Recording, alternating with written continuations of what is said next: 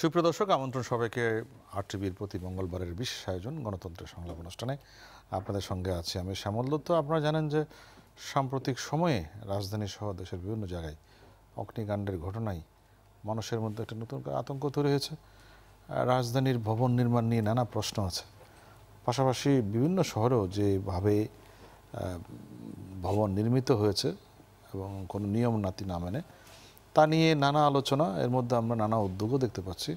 সব নিয়ে আজকে আমরা আলোচনা করবো। আলোচনার বিষয় নগরে অগ্নি ঝুঁকি। আলোচনার জন্য যারা আছেন তাদের সবাই আপনাদের পরিচিত মুখ, প্রায় আমরা শুনছি তাদের আলোচনা। তারপর আমরা একটু আলোচনাটাকে গুছাতে চাই, আজকে তাদের সঙ্গে আলোচনা করি। আমার ডান দিকে আছেন ফায়ার সার্ভিস অ্যান্ড সিভিল ডিফেন্সের সাবেক মহাপরিচালক অবসরপ্রাপ্ত ব্রিগেডিয়ার জেনারেল আহমেদ খান। এরপরে আছেন বুয়েটের যন্ত্রকৌশল বিভাগের অধ্যাপক ডক্টর মোহাম্মদ মাকসুদ আলী। আমার বাঁদিকে আছেন বাপার যুগ্ম সম্পাদক স্থপতি ইকবাল হাবিব। এরা প্রত্যেকেই আমাদের সঙ্গে কথা বলেন বিভিন্ন সময়ে। আজকে একটু কথা বলবো এই নিয়ে, কীভাবে আমরা ঝুঁকিহীন একটি নগর পেতে পারি।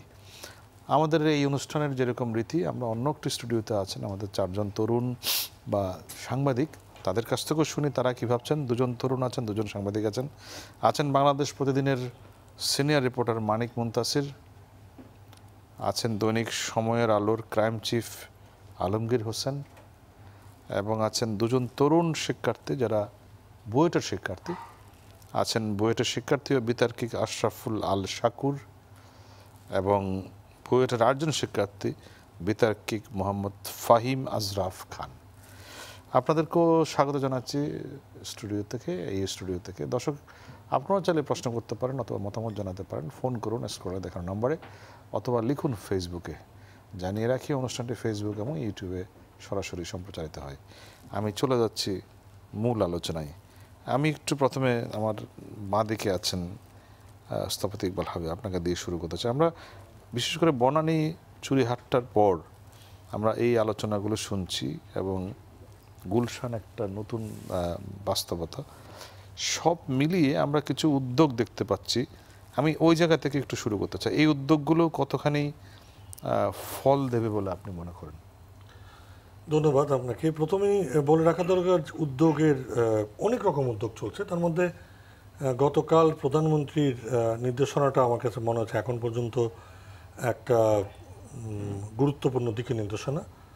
কারণ এই কথাগুলো আমরা গত 8-10 দিন চুরিহাট্টার পর থেকেই বলছিলাম, কিন্তু এই অডিটটা, স্টক টেকিংটা, এটা এখন পর্যন্ত না করে বরং আমরা মনে করছি যেটা হয়, জবাবদিহিতা না থাকার কারণে রাজধানী উন্নয়ন কর্তৃপক্ষ অথবা এই সমস্ত সংস্থাগুলো এই ধরনের ঘটনা ঘটলেই বিরাট একটা বড় কর্মকাণ্ডের পায়তারা করে, এবং সে কর্মকাণ্ডগুলো এমন অবস্থা তৈরি করে যে মূল যে উদ্দেশ্য সেটা তখন ব্যাহত হতে থাকে। যেমন ধরেন, এইবারের ঘটনায় পুরো ফোকাস কিন্তু যে ভবনগুলোর নিরাপত্তা দিয়ে তাকে জানমালের নিশ্চয়তা অন্তর করুক। অর্থাৎ আগুন সন্ত্রাস থেকে বা আগুন দুর্ঘটনা থেকে বাঁচার তিনটি যে বিষয় রয়েছে, একটি হচ্ছে আগুন সতর্কতা, একটি রয়েছে আগুন নির্গমন, আগুনের অগ্নিকালীন সময় নির্গমন, এবং একটি আসে আগুন নির্বাপন। এই তিনটি বিষয়জনিত যে অবহেলাজনিত বিরাট পাহাড়, আমরা এক ধরনের জঞ্জালের পাহাড় তৈরি করেছি, তার হাত থেকে বাঁচার জন্যে জরুরি ভিত্তিতে ভবনগুলো অডিট করা, মার্কেটগুলো অডিট করা, এবং জরুরি ভিত্তিতে প্রতিবিধানগুলো করা। একটি প্রশ্ন আমি আমার মতো অনেকেই সাধারণ যারা আমার নাগরিক, তাদের মনে ঘুরপাক খাই। কারণ এই ভবনগুলো নির্মিত হয়েছে 10-15-20 বছর আগে। আবার যারা এটি দেখভাল করার দায়িত্ব ছিল রাজুক, তারাই আবার এখন দেখছে যে এগুলো ঠিক মতো হয়েছে কিনা। তাহলে কি দাঁড়ালো বিষয়টা? আসলে এই জন্যই দুর্ভাগ্যের জায়গাটুকু যে এই পুরো ঘটনায় ভবনগুলো কেনই বা এভাবে নির্মিত হলো, কেনই বা এত বছর ধরে আরও কয়েক ফ্লোর হলো কিন্তু ভবনের জন্য অতিরিক্ত আরেকটি ফায়ার স্কেপ বা অগ্নিকালীন সময়ের জরুরি নির্গমন পথ থাকলো না। এই সমস্ত কার্যকারণের জন্য যারা দায়ী, তাদের অন্যতম অংশীজন রাজুককে দায়িত্ব দেওয়া হলো যে এবার তুমি এটা পরিমাপ করো। এটা অনেকটা সন্দেহভাজন পাবলিকদের বলো যে তোমরা এবার প্রমাণ করো যে আসলে আসামিটা কে। এর জন্য যে প্রয়োজন ছিল যে বিশেষজ্ঞদের নিয়ে, যারা বিশ্ববিদ্যালয়ের শিক্ষক রয়েছেন অথবা একটু নিরপেক্ষ মানুষ নিয়ে পুরো বিষয়টা তদন্ত করে একটা সমাধানের যাত্রাটা বের করা, সেই জায়গায় কিন্তু আমরা আবারও পরাভূত হলাম। আমার তো মনে হয় যে রাজককে ঢেলে সাজানোর যে দাবি আমরা দীর্ঘদিন ধরে করছিলাম, কিভাবে ঢেলে এখনই তার সাজানোর সময়। প্রস্তাব? প্রথম এটি আমাদের কিন্তু এটা ছিল একটা ট্রাস্ট, যেখানে বিভিন্ন শ্রেণী পেশার একসময় এটা বিজ্ঞ মানুষ, ঢাকা ইমপ্রুভমেন্ট ট্রাস্ট ছিল, বিজ্ঞ মানুষরা এটার বোর্ডে থাকতেন। এটা এরশাদ সরকারের সময় অনেকেই বলে ব্যক্তিগত প্রয়োজনে অ্যাডমিনিস্ট্রেটিভ অর্ডার দিয়ে, অ্যাডমিনিস্ট্রেটিভ লোকজন যে রাতে অর্ডার করলেই এই ট্রাস্ট বা এই যে একটা ইন্ডিপেন্ডেন্ট বডি তার সক্ষমতাকে ক্ষুণ্ণ করার জন্য এটা করা হয়েছে। এবং তারপর থেকে দীর্ঘদিন অনেক চিৎকার আমরা করেছি, কিন্তু এখনো কারিগরি একটি সংস্থান হিসেবে এটাকে বানাতে পারিনি। এখন এটার পরিচালন কার্যক্রম চালায় অ্যাডমিনের লোকজন, এবং ফলে এই যে বিশেষজ্ঞের যে বিষয় অর্থাৎ নগর পরিকল্পনা, প্রকৌশলগত বিষয়, স্থাপত্যগত বিষয়, এগুলির পুরো কার্যক্রমটা পরিচালনা করেন কয়েকজন অ্যাডমিনের মেম্বার শ্রেণীর লোকজন। আর এর ফলে পুরো কাঠামোতে একটা অ্যাডমিনিস্ট্রেটিভ অর্ডার নেওয়ার প্রবণতা বেশি, রাদার কারিগরির দিকে যে দক্ষ, একদম নিরপেক্ষ, অনেক বেশি প্রকৌশল নির্ভর, কারিগরি নির্ভর সিদ্ধান্ত দেওয়া, সেই জায়গায় দুর্বলতা হয়েই আছে। আমি যদি এই প্রশ্নে একটা কথা বললেই আপনি বুঝে যাবেন, 3টা দায়িত্ব রয়েছে: উন্নয়ন, উন্নয়ন অনুমোদন, উন্নয়ন নিয়ন্ত্রণ। পুরো রাজুকের বিশাল অংশ এখন শুধু উন্নয়নে লিপ্ত, অর্থাৎ পূর্বাচল প্রকল্প, ঝিলমিল প্রকল্প, উত্তরা থার্টিজ প্রকল্প, কিন্তু এই যে উন্নয়ন নিয়ন্ত্রণ এবং অবশ্যই উন্নয়ন অনুমোদন, কিন্তু যিনি নিয়ন্ত্রক তিনি আবার নির্মাতা।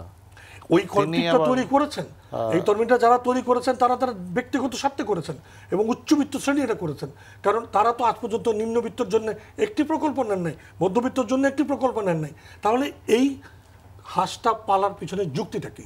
হ্যাঁ, যুক্তি হতো যদি তারা অনুমোদনের সাথে সাথে সেই অনুমোদন অনুযায়ী ভবনগুলো হচ্ছে কিনা, প্রতি বছর সেগুলো আবার যথাযথ আছে কিনা, এগুলি করে আমাদের জীবনটা অন্তত রক্ষা করতো। আজকে যখন মানুষ মারা যায় তখন ওরা বলে ফেলেন এটা অননুমোদিত। আমাদের অন্য মানুষ মারা যায় বলে ফেলেন এই লাইসেন্সবিহীন গাড়িটা চললো কী করে। এখন আমরা এরকম একটা ফাঁদের মধ্যে পড়েছি যে যারা আমাদের রাষ্ট্রীয়ভাবে জানমালের নিরাপত্তার দায়িত্বে থাকবেন তারা এই দায়িত্ব তো প্রতিপালন করছেনই না, ঘটনা ঘটার পর হাত পরিষ্কার করে বলছেন যে এটি অননুমোদিত, আমার কোনো দায় নাই। তাহলে দায়টা কার? আমি আসছি দায়টা কার খোঁজার জন্য, আপনার কাছে আরও বিস্তারিত শুনবো। স্থপতি ইকবাল হাবিব, আমি একটু ডক্টর হেলালি, ডক্টর মোহাম্মদ মাকসুদ হেলালি, আপনার কাছে একটু জানতে চাই যে উদ্যোগটি নেওয়া হয়েছে, রাজুক করছে, আরও বিভিন্ন সংস্থা থেকে করা হচ্ছে, কতখানি ফল পাওয়া যাবে বলে মনে করেন আপনি? আমার মনে হয় তেমন কোনো ফল পাওয়া যাবে না। কেন মনে হচ্ছে এটি উদ্যোগটা নেওয়ার আমার প্রথম ধারণা আমি বলি, সেটা হচ্ছে আসলে আমাদের যখন গার্মেন্ট শিল্পে এই জাতীয় ঘটনাগুলো ঘটলো তখন একটা সিরিয়াল একটা উদ্যোগ নেওয়া হয়েছিল, একটা কমিটি করা হয়েছিল, কমিটি বিদেশ থেকে এক্সপার্ট এনেছিল, দেশীয় এক্সপার্ট নিয়ে মিটিংয়ে বসে গাইডলাইন তৈরি করেছিল, কারা কারা কীভাবে কী করবে সে সবগুলো নির্ধারণ হয়েছিল। তারপরে আস্তে আস্তে উদ্যোগ নেওয়া হলো। এখানে কোনো কিছু হয়নি, কোনো নীতি নির্ধারণ হয়নি, কারা করবে সেটার কোনো গুরুত্ব নাই, কী দেখতেছে কী দেখবে তার কোনো গাইডলাইন তৈরি হয় না। ওনারা গিয়ে সার্চ শুরু করলেন। ওনারা যদি এত কিছু এক্সপার্ট হয় এতদিনে পারলেন না কেন? আসলে তো ওনাদের এই এক্সপার্টিসটাই নাই বলেই তো তাদেরকে এই রাজুকেরা এতদিন কিছু করতে পারে নাই। এখন ওরা সবাই এক্সপার্ট হয়ে গেলেন একদিন রাতে, তারা মানে উনি হয়তো এক্সপার্ট হয়ে গেলেন। ওনারা তো এই বিল্ডিংয়ের সমস্যাগুলি কী যদি জানতেন এতদিন তো করেন নাই। আমাদের একটা সাকসেস স্টোরি আছে, আমাদের গার্মেন্টস শিল্পকে আমরা এটা অত্যন্ত দক্ষভাবে জিনিসগুলো করেছি, সেই হিস্ট্রিটা সরাসরি দিতে পারতাম। চাপে পড়ে করেছে, মানে না হলে আমাদের কমপ্লায়েন্স না হলে এই যে চাপে করে করেছে এটা কিন্তু আমি বলি ভুল ধারণা।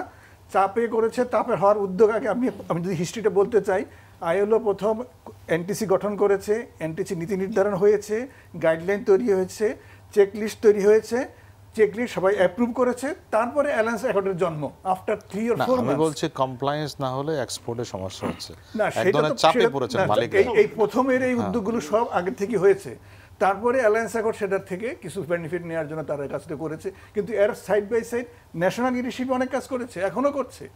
অর্থাৎ চাপে পড়াতে জিনিসটা হয়তো অ্যাক্সিলারেট হয়েছে, কিন্তু এর অর্থ না যে চাপে পড়ে সব কিছু করেছে। কিন্তু এদের তো আমরা যদি সংস্থাকে, সরকারি সংস্থাকে পাশ কাটিয়ে বা উপেক্ষা করে 18 তলাকে 23 তলা করতে পারি, আমরা কোনো ফায়ার এক্সিট না রাখতে পারি, তাহলে তো কোনো সমস্যা নেই। সমস্যা নাই, কারণ এরা তো পাশ করে ফেলতেছে, মানে আমরা কেউ ধরছি না বলে সমস্যা নাই। আমাদের যদি এরকম একটা সংস্থা থাকতো যারা এটা ধরতো, যাদেরকে দায়িত্ব দেওয়া হয়েছে তাদের যদি না ধরার জন্য তাদের কিছু শাস্তি হইতো বা কিছুটা জবাবদিহি হইতো, তাহলে ঠিকই হইতো। এতে তো কোনো জবাবদিহি নাই। রাজুক যদি আজকে জবাবদিহি হতো, রাজুকে যদি আজকে বলা হতো যে কেন এটা হলো, তুমি এটা জবাব দাও, তার পরবর্তী পর্যায়ে এটার উদ্যোগ হতো। আমি একটা জিনিস শুধু অ্যাড করি, এগুলি তো চোখের আড়ালের ব্যাপার না। এটা এমন না যে চুরি করেছে দেখা যায় না। এই মুহূর্তে গুলশান এভিনিউতে অসংখ্য অবৈধ ভবন রয়েছে যেগুলো চোখের সামনে একের পর এক তালা হচ্ছে, এমন একটা ভাব যে এটা চোখেই দেখা যায় না। এখন চোখে যদি ঠুলি পড়া থাকে, তাকে দিয়ে আপনি আজকে এই প্রতিবিধান কি করে কিভাবে করবেন সেটাই হচ্ছে প্রশ্ন। আমি এই জায়গায় একটু আসছি জনাব মাকসুদ হিলাল আপনার কাছে। আমি আবার একটু যেতে চাই জনাব আলী আহমদ খান। দীর্ঘদিন আপনি এই ফায়ারের কাজ করেছেন। আগুনটা আমাদের মানে একটা বড় ঝুঁকির মধ্যে রয়ে গেছে আমরা। আপনার কি মনে হয় যে এই যে আগুনগুলো লাগছে এর মূল কারণটা কি? ধন্যবাদ। প্রথমে তো আমাদের দ্রুত নগরে আগুন শিল্পায়ন হচ্ছে, এখানের সাথে সাথে কিন্তু আমাদের দৈনন্দিন ব্যবহার জিনিসপত্র যেগুলো আছে, যেমন এলপিজি গ্যাস, ইলেকট্রিসিটির বহুলবিধ ব্যবহার, আর সর্বোপরি কিন্তু আমরা দেখেছেন যে ঘরের ভিতরে ইন্টেরিয়ার ম্যাটেরিয়াল যেগুলো আছে, সিনথেটিক ম্যাটেরিয়াল, একসময় কিন্তু কাঠ ছিল, কটন ছিল, কিন্তু এখন কিন্তু এমন ম্যাটেরিয়াল যেগুলো খুব দ্রুত আগুনটা বেড়ে যায় আসলে। তারপরে কিন্তু আমাদের ম্যাক্সিমাম জিনিস কিন্তু সিনথেটিক আসলে, এবং আপনি পেট্রোলিয়াম প্রোডাক্ট আসলে, এগুলো আগুন লাগলে খুব দ্রুত স্মোক জেনারেট করে। এই জন্য আগুনের যে যে হ্যাজার্ডটা এটা বহুবিধ হয়ে গেছে আগে সেটা, এবং বিহেভিয়ারটা চেঞ্জ হয়ে গেছে আসলে। আগে যেমন 10 মিনিটের আগুনটা যতটুকু বড় হতো না, এখন দেখা যাচ্ছে 2 মিনিট আগুনটা বড় হয়ে অনেক বেশি বড় হয়েছে। আর আগুনের কারণটা দেখতে পাচ্ছেন যে কিছু তো অবহেলা তো আছেই আসলে। আর যেভাবে আমাদের যেটা আছে এখন দেখা যাচ্ছে, এবং বহুতলা বিল্ডিং যেখানে আছে ওদের ভিতরে কিন্তু এখনো কর্পোরেট হাউসের ছোটো ছোটো কুক হাউসগুলো করে ফেলেছে, কিন্তু এগুলোকে অনুমোদিত ছাড়াও করে ফেলে। তারপরে কিন্তু ইলেকট্রিক কেটলিগুলো ইউজ করা হয় ভিতরে, রেস্টুরেন্ট যেগুলো আছে এগুলোর ভিতরে কিন্তু কোনো কমপ্লায়েন্সটা ফলো করে না। এবং এগুলো দেখার কোনো দায়িত্ব নেই কারো। এগুলো তো আপনাদের ফায়ারেরও তো একটা বড় রোল আছে, ওনাদের আলাদা আইন আছে এই বিষয়ে। ফায়ারের যেটা আছে মনে করেন, আমরা তো যখন যেটা নর্মাল ছিল আমরা যেমন ইন্ডাস্ট্রিয়াল সেক্টরে যেগুলো সেক্টর আমরা প্রত্যেক বছরই কিন্তু একটা রিনিউ করা হচ্ছে। বাট নর্মালি যেটা হচ্ছে এখন বিল্ডিংয়ের সেক্টরে যেগুলো ছিল, হাই রাইজ বিল্ডিং যেগুলো আছে, ওরা একবার যদি আমাদের এনওসি নেওয়ার পরে পরবর্তীতে কিন্তু আর ইন্সপেকশন করার কোনো প্রভিশন ছিল না, প্রভিশন নাই এখন। এই জন্যই কিন্তু আমরাও কিন্তু এর আগে থেকে বলছিলাম, ওইভাবে একটা নতুনভাবে আমাদের এসআরও জারি করা হচ্ছে, যেখানে আমাদের মন্ত্রণালয় থেকেও একটা বলা হয়েছে যে এখন এনওসির পরেও কিন্তু এখন দেখা যাচ্ছে ম্যাক্সিমাম আগুনটা লাগছে হলো আমাদের ইলেকট্রিসিটি থেকে আসলে। তো আমরা সাজেস্ট করেছি যে এই যারা এই একটা হাই রাইজ বিল্ডিংয়েও যদি এখানে প্রিভেন্টিভ মেজারগুলো যেগুলো করা হচ্ছে, এখন হাইড্রেন বা যেগুলো ফায়ার অ্যালার্ম অথবা স্কেপ রুট, এগুলোকে আবার অপারেশন রাখার জন্য যেটা হচ্ছে এগুলো ঠিক আছে কি না আসলে, তার জন্য কিন্তু একটা ইন্সপেকশন দরকার আছে। এবং সেই জন্য কিন্তু আমরা সাজেস্ট করেছি যে প্রত্যেক বছর ফায়ার অডিট করতে, ফায়ার লাইসেন্স নিয়মিত আপডেট করতে হয় না। ফায়ার লাইসেন্স আপডেট করতে যেগুলো আমাদের ইন্ডাস্ট্রিয়াল সেক্টরগুলো করা হচ্ছে, কিন্তু এই commercial building, industrial sector plus এবং ওয়্যার হাউসগুলোতে করা এগুলো আমাদের এই এনওসি একবার এনওসির পরে কতগুলো শুধু অকুপেন্সি একবার অনেকে নেয়, অনেকে নেও না, যেটা হবে আমরাও কিন্তু ইস্যু করেছি যে অকুপেন্সি সার্টিফিকেট। শুভঙ্করের ফাঁকিটা আপনাকে বলি, রাজধানী উন্নয়ন কর্তৃপক্ষ যে অনুমোদন করেন সেটা শুধু স্থাপত্য নকশার অনুমোদন করেন। আমাদের কিন্তু তার সঙ্গে স্ট্রাকচারাল ড্রয়িং আছে, যেটা কাঠামোগত সিদ্ধান্ত নেয়, তার কোনো অ্যাপ্রুভাল তারা দেন না। এই যে ইলেকট্রোমেকানিক্যাল, এই যে ইলেকট্রিক লাইন এবং ইত্যাদি যে ড্রয়িং, তারও কোনো অ্যাপ্রুভাল রাজুক কিন্তু দেন না। আবার এই অনুমোদন যে দিলেন সেই অনুযায়ী কাজটা হলো কিনা সেটা দেখার জন্য করেন না। এবং আমরা 2008 সালে সব ইনস্টিটিউটগুলো মিলে তাদের হাত শক্তিশালী করে বললাম যে আপনি আর্কিটেক্ট ইঞ্জিনিয়ারদেরকে 7 বছরের কারাদণ্ড দেন, কিন্তু তাদেরকে আপনার অংশ করেন, তাহলে আপনার লোকবল লাগবে না। তখন কি হলো যে ভবন শেষ হলে ওরা ইঞ্জিনিয়ার আর্কিটেক্টকে সার্টিফাই করছে যে আমার নকশা অনুযায়ী এবং আমাদের কমপ্লায়েন্স অনুযায়ী এবং বাংলাদেশ ন্যাশনাল বিল্ডিং কোড অনুযায়ী এগুলো হয়েছে। তারপরে 40,000-এর উপর অনুমোদন দেওয়া হলো ভবন। কমপ্লায়েন্স সার্টিফিকেট, এই যে যেটাকে আমরা অকুপেন্সি সার্টিফিকেট বলি, সেটা নিয়েছে মাত্র 162 জন। তার মানে কি একেবারে ফসকা গেরো।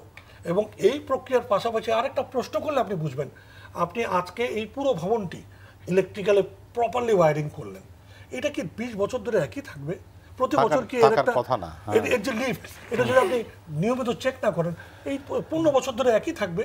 তো এই যে কমপ্লায়েন্স গুলো যে চেক করে নবায়নযোগ্য একটা অডিট করার যে ব্যবস্থা, এটা আদ্যবধি আমরা তো করাতে পারলামই না, বরং এই যে দায় সারা অর্থাৎ অ্যাপ্রুভ করেছি, লাইসেন্স দিয়েছি, এরপরে গুদামের মধ্যে কি বিস্ফোরক রাখলো না কিরকম, এটা আমার কোনো দায় নাই। এই দায় এড়ানোর সংস্কৃতি কিন্তু আজকের অবস্থার জন্য দায়ী। আমি আসছি আপনাদের কাছে আসছি, হ্যাঁ যদি বলেন আপনি। হ্যাঁ, এখন এই যে একটা বলেছিল যে আমাদের দেশে কিন্তু যেহেতু নগরায়ণ দ্রুত হচ্ছে, এখানে ইলেকট্রোমেকানিক্যাল ইকুইপমেন্ট হিউজ বেড়ে গেছে। না কিন্তু জনাব যেগুলো আছে আলী আহমদ খান এর সাথে পৃথিবীর সাথে অনেক কিন্তু দেশেই তো নতুন নতুন কিন্তু বিল্ডিং এটা হচ্ছে, কিন্তু এটা করছে যে এটা যেটা তদারকি করা যেটা আছে এবং এটাকে মনে করেন যে পিরিয়ডিক্যাল ইন্সপেকশন করার একটা বড় গ্যাপ এরিয়া রয়ে গেছে। আমরা কিন্তু যখনই ঘটনা ঘটছে কিন্তু আমার সাথে সাথে কিন্তু এগুলো গৃহায়ণ মন্ত্রণালয়কে আমরা একটা ঘটনার পরে কিন্তু ফিডব্যাক দিই। বাংলাদেশের মতো দেশে যেখানে বাট এটা গ্যাপ আছে, ঝুঁকির মধ্যে আছে, আপনি আপনার ফায়ার ডিপার্টমেন্ট ইটসেলফ কতখানি ইকুইপড প্রপারলি? হ্যাঁ, ফায়ার ডিপার্টমেন্টের যেটা হলো দুই রকম, একটা প্রিভেন্টিভ মেজার যেগুলো যারা বিল্ডিং নেবে, এটা একটা রেগুলেটরি বডি ফায়ারের একটা, এবং তারা ফায়ার ফাইট করে এক দিচ্ছে না, এবং একটা ফায়ার রেগুলেটরি তারা কন্ট্রোল করে, একটা দুইটা সাইড আছে এখন। তো বর্তমান সরকার যেটা আছে যে কোনো সময় তুলনায় ডিপার্টমেন্টের অ্যাটলিস্ট ফায়ার ফাইটিং অ্যাবিলিটি বাড়ানোর চেষ্টা করছে, কারণ ডেভেলপমেন্টের কন্টিনিউয়াস প্রসেস। আগে যেমন যে ফায়ারের কিন্তু আমরা 7-8 তলার মধ্যে ফাইট করতে পারতাম না, এখন কিন্তু 9-10 তলার মধ্যে করা যায়, বা এখন 20 তলার মধ্যে করতে পারে ফাইট, আমাদের ল্যাডারগুলো এসছে এখন। বাট এটা কিন্তু ল্যাডার আনলেই কিন্তু সমাধান হচ্ছে না, কিন্তু হাই রাইজ বিল্ডিং এর itself has to be preventive measure নিতে হবে, আসলে নিজের ভিতরে ইনবিল্ট থাকতে হবে, সেগুলো আছে। তবে এখন যেটা রয়েছে যে আমাদের যে কিছু চ্যালেঞ্জ যেগুলো রয়েছে, যেমন সব জায়গায় আমাদের কিন্তু হাইড্রেন্ট সিস্টেমগুলো নাই এক জায়গায়, তারপরে এদিকে আপনার রয়েছে যে রাস্তাঘাট শুরু ডেভেলপমেন্ট করা যখন আছে, যেমন আমি কিন্তু মহাপরিচালক সাহেব আপনার কাছে বলতেই চাই, যদি সামন্ত অনুমতি দেয়। না, শিওর। ফায়ার ব্রিগেডের দুটো দায়িত্ব আপনি যেখান থেকে শুরু করেছিলেন, একটি হচ্ছে প্রিভেন্টিভ, মানুষকে ট্রেনিং দেওয়া, সিভিল ডিফেন্স মানুষ তৈরি করা, ড্রিল করা, এবং কমপ্লায়েন্স অনুযায়ী ভবনগুলিকে পরীক্ষা নিরীক্ষা করে তাকে সার্টিফিকেশন করা। আরেকটা হচ্ছে ফায়ার ফাইটিং করা। আমার মনে হয় গত কয়েক বছরের সরকারের চেষ্টায় ফায়ার ব্রিগেড এবং আপনাদের আন্তরিকতায়, এবং সেজন্য আপনারা বীরের সম্মানও পান, এই ফায়ার ফাইটিং ক্যাপাসিটি অত বেড়েছে। কিন্তু আরেকটি যে মূল কাজ প্রিভেনশন, সেখানে কিন্তু আপনারা সাংঘাতিকভাবে ব্যর্থ। এই স্বীকারটা করতেই হবে, কারণ আপনারা দুইটা নোটিশ দিয়ে ভাবছেন যে আমার কাজ শেষ, ওয়ারেজ আপনারা আইনে বলছে নোটিশ দেবেন, নোটিশ যদি পরোয়া না হয় দরকার এটাকে কর্মকাণ্ড বন্ধ করে দিতে পারেন। এটা কি আইনে আছে? বিদ্যমান আইনে আছে? একটাও কি বন্ধ করেছেন? বিদ্যমান আইনে আছে এটি আপনাদের? আমি ইকবালকে বলতে যাচ্ছি যে আসলে কারণ যখন কিন্তু আমার এই যে ইকবালকেও যদি আসলে দেওয়া হয় এখানে, he can't do it the same thing. আসলে বলা কিন্তু সহজ, কিন্তু বাংলাদেশে কিন্তু ইকবাল ট্রাই টু আন্ডারস্ট্যান্ড, আমি মানছি, বলা সহজ, আমি সরকারের কাছে বলছি, আপনার কাছে বলছি, সেজন্য বলতে চাচ্ছি সরকার আপনাকে শক্তিশালী করতে হবে। তো সেজন্যই আমি বলতে যাচ্ছি যে এখন যদি আমরা আলোচনা না করি আপনাকে সরকার শক্তিশালী করবে না, অবশ্যই। সেজন্যই এখন হলো কি, যেটা হচ্ছে কি এই উইংটা আমি স্বীকার করছি যে আমাদের একটা গ্যাপ রয়ে গেছে, দুর্বলতা যেখানে আছে, এটা ফায়ার সেফটি উইংটাকে স্ট্রং করতে হবে। রেগুলেটরি বডি যেটা আছে আমাদের, যেটা ছিল এখানে কিন্তু আমাদের এক্সপার্টই ছিল না। আমরা ইমিডিয়েটলি কিন্তু রিসেন্ট পাস্টে করেছি কি, 50টা ইঞ্জিনিয়ারিং ফার্মকে বলেছি আমরা, যেটা 50টা ইঞ্জিনিয়ারিং ফার্মের মাধ্যমে আমরা এগুলোকে যেটা আছে আমরা সেফটি, ফায়ার সেফটিগুলো আমরা স্টাডি করছি যেগুলো, এবং এরপর রেমেডিয়াল মেজার নেওয়া যায়, এগুলো একটা ব্যবস্থা নিয়ে যায়। সেটা কিন্তু আমরা একটা কিন্তু প্রায়ত মেয়র মহোদয় যখন ছিলেন আর কি, আমাদের আনিসুল হক স্যার, যেটা উনি কয়েকটা বনানীতে আগুন লাগার পরে কিন্তু আমরা বিশেষ করে যেখানে জনবহুল এলাকা, যেখানে আছে মার্কেট, হসপিটাল, তারপরে যেগুলো আছে ইউনিভার্সিটি, যে তারপরে যে আমাদের বড় বড় হাই রাইজ বিল্ডিং যেগুলো আছে, বিশেষ করে কর্পোরেট বিল্ডিং, এগুলো কিন্তু আমার ব্যাংক, এগুলোকে থরো স্টাডি করা হয়েছে, এবং করে পরে আমরা করা হয়েছে যেগুলোকে কোনটা ঝুঁকিপূর্ণ না।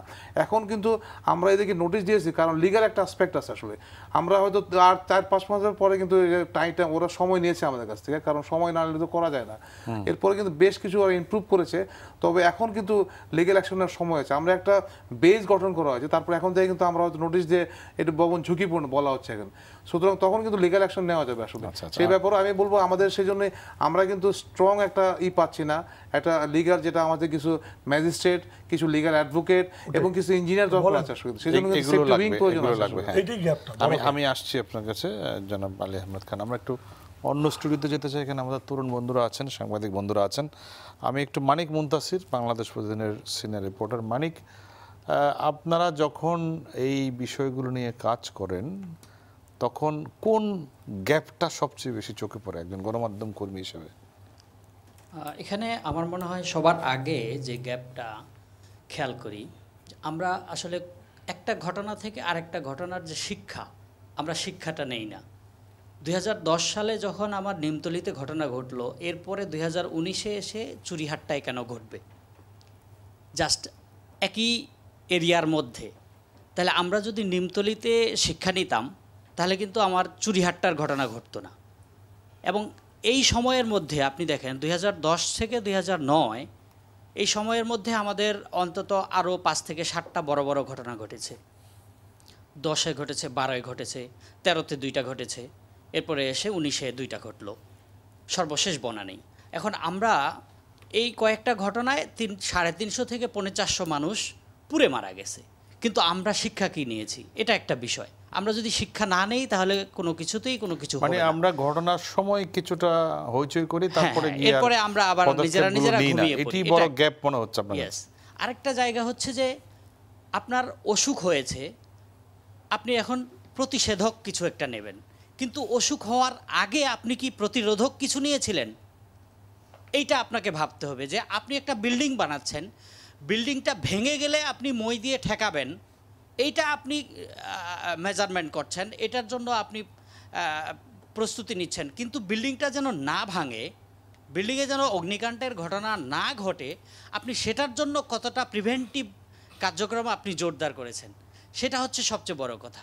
এবং সেটা আমরা দেখিও না, দেখলেও আমরা ওই যখন ঘটনা ঘটে এরপরে হইচই হয়, পত্রপত্রিকা আমরা লিখি, গভর্নমেন্ট একটু নড়েচড়ে বসেন, হ্যাঁ, এরপরে নির্দিষ্ট একটা সময় পরে আবার সব ঠিক হয়ে যায়।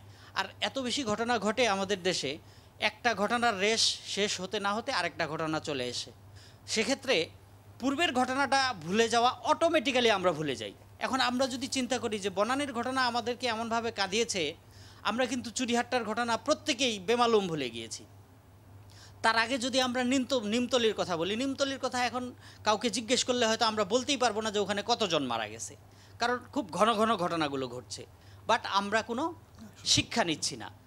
এই জায়গায় আমাদের এখন সবচেয়ে বড় কথা হলো প্রধানমন্ত্রী কালকেও যে নির্দেশনাগুলো দিয়েছেন, আমি সেই রিপোর্টটা নিজে কভার করেছি। মানে আমাদের এই উদ্যোগগুলো নেওয়ার মধ্যে কোনো ধারাবাহিকতা নেই, বা অতীতের ঘটনা ধারাবাহিকতা থেকে নেই, যে হ্যাঁ। এবং প্রধানমন্ত্রী নির্দেশনা দিলেন, সেগুলো প্রথম 7 দিন, 10 দিন, 15 দিন আমরা খুব দেখা গেল যে দৌড়াদৌড়ি, লাফালাফি, প্রত্যেকটা সংস্থা এটা করছে সেটা করছে, নির্দিষ্ট সময় পরে রাজুকের মতো ঘুমিয়ে পড়ল, গণপূর্ত মন্ত্রণালয় তার মতো ঘুমিয়ে পড়ল, ফায়ার সার্ভিস তার মতো তার ওই ফায়ার ফাইটিং রাজুক তো যন্ত্রপাতি শুধু সেদিনও বানাচ্ছে। দেখলাম ঘুমাচ্ছে, মন্ত্রীর পিছনে দুজন ঘুমাচ্ছিলেন। হ্যাঁ, এটাও খুবই গতকালকে মারাত্মকভাবে এবং খুবই বহুলভাবে এটা ভাইরাল হয়েছে মন্ত্রীর মতো ফেসবুকে, মানুষ সোশ্যাল মিডিয়াতে। ব্রিফিং হ্যাঁ। করছেন আর পিছনে দুজন ঘুমাচ্ছেন। এর চেয়ে লজ্জার আর কি হতে পারে বলেন? এর চেয়ে লজ্জার কি হতে পারে? আমরা এতটাই নির্লজ্জ, এতটাই বেহায়া যে আমাদের চোখের সামনে কত কিছু ঘটে, আমরা চোখ বন্ধ করে থাকি। ইভেন চোখ খোলা থাকলেও আমরা মনে করি যে না, আমি কিছু তো দেখছি না, আমার গায়ে তো ছিটে ফোঁটা লাগছে না। যখন আমার গায়ে লাগে দেন আমি সরে যাওয়ার চেষ্টা করি, কিন্তু তখন আমার তো আর পেছনে যাওয়ারও জায়গা থাকে না, সামনে যাওয়ারও জায়গা থাকে না, তখন আমিও সেটার শিকার হয়ে যাই। আচ্ছা, আমাদের ধন্যবাদ। এই জায়গাটা থেকে আমাদের বেরিয়ে আসতে হবে। ধন্যবাদ মানিক Anyhow, মুনতাসির। আমরা একটু দৈনিক সময়ের আলোর ক্রাইম চিফ আলমগীর হোসেনের কাছে আসতে চাই। আলমগীর, কি অভিজ্ঞতা আপনাদের যখন দেখেন একটার পর একটা, কখনো নিমতলি, তারপর চুরিহাট্টা, তারপর বনানী, তারপর গুলশান, একটা থেকে একটা জায়গায় যখন আমরা যাই গণমাধ্যম কর্মী হিসেবে, আমরা দেখি যে আমরা কোনো শিক্ষা নিই না আসলে। ধন্যবাদ দাদা। আমি আমার বন্ধু মানিক মুনতাসির কিছু কথা বলেছেন ইতিমধ্যেই, যেটা হচ্ছে ওই যে পূর্বের শিক্ষা না নেওয়াটা। কারণ এই ঘটনাগুলো তো আজকে নতুন ঘটছে না। আমরা নিশ্চিন্তপুরের আশুলিয়ার যে তাজরিন ফ্যাশনের কথাও আমরা জানি, যেখানে 100-র অধিক পুড়েই মারা গিয়েছিল, মানে কয়লা হয়ে গিয়েছিল, আর এবং টোটাল 126 জন ওই ঘটনায় দগ্ধ হয়ে মারা যান। এর বাইরেও চুরিহাট্টার ঘটনা খুব রিসেন্ট, এরপরে বনানীতে যেটা ঘটছে। একটা জিনিস আমার কাছে সবসময় মনে হয়েছে এখানে, যে দোষারোপ করতে গেলে সবারই এখানে একটা দায়বদ্ধতা রয়েছে। রাজক যেমন প্ল্যানিংয়ের ক্ষেত্রে বা ছাড়পত্রের ক্ষেত্রে যে ভূমিকাটা রাখছে, উদাসীনতা দেখাইছে, আরও এরকম অনেক সংস্থা কিন্তু একটি ভবন মানে কমপ্লিট পর্যন্ত বিভিন্নভাবে জড়িত থাকে। তো সেই কাজগুলো আসলে যথাযথভাবে যে দায়িত্বটুকু যার যেটা পালন করার কথা সেটা কিন্তু করে নেই, এবং করে না বলেই একটা দুর্ঘটনা আমাদের দেখতে হয়েছে। একটা বিষয় হচ্ছে যে যখন কারো স্বজন হারাই বা প্রিয়জন হারাই, সেই কিন্তু বোঝে তার ব্যথাটা।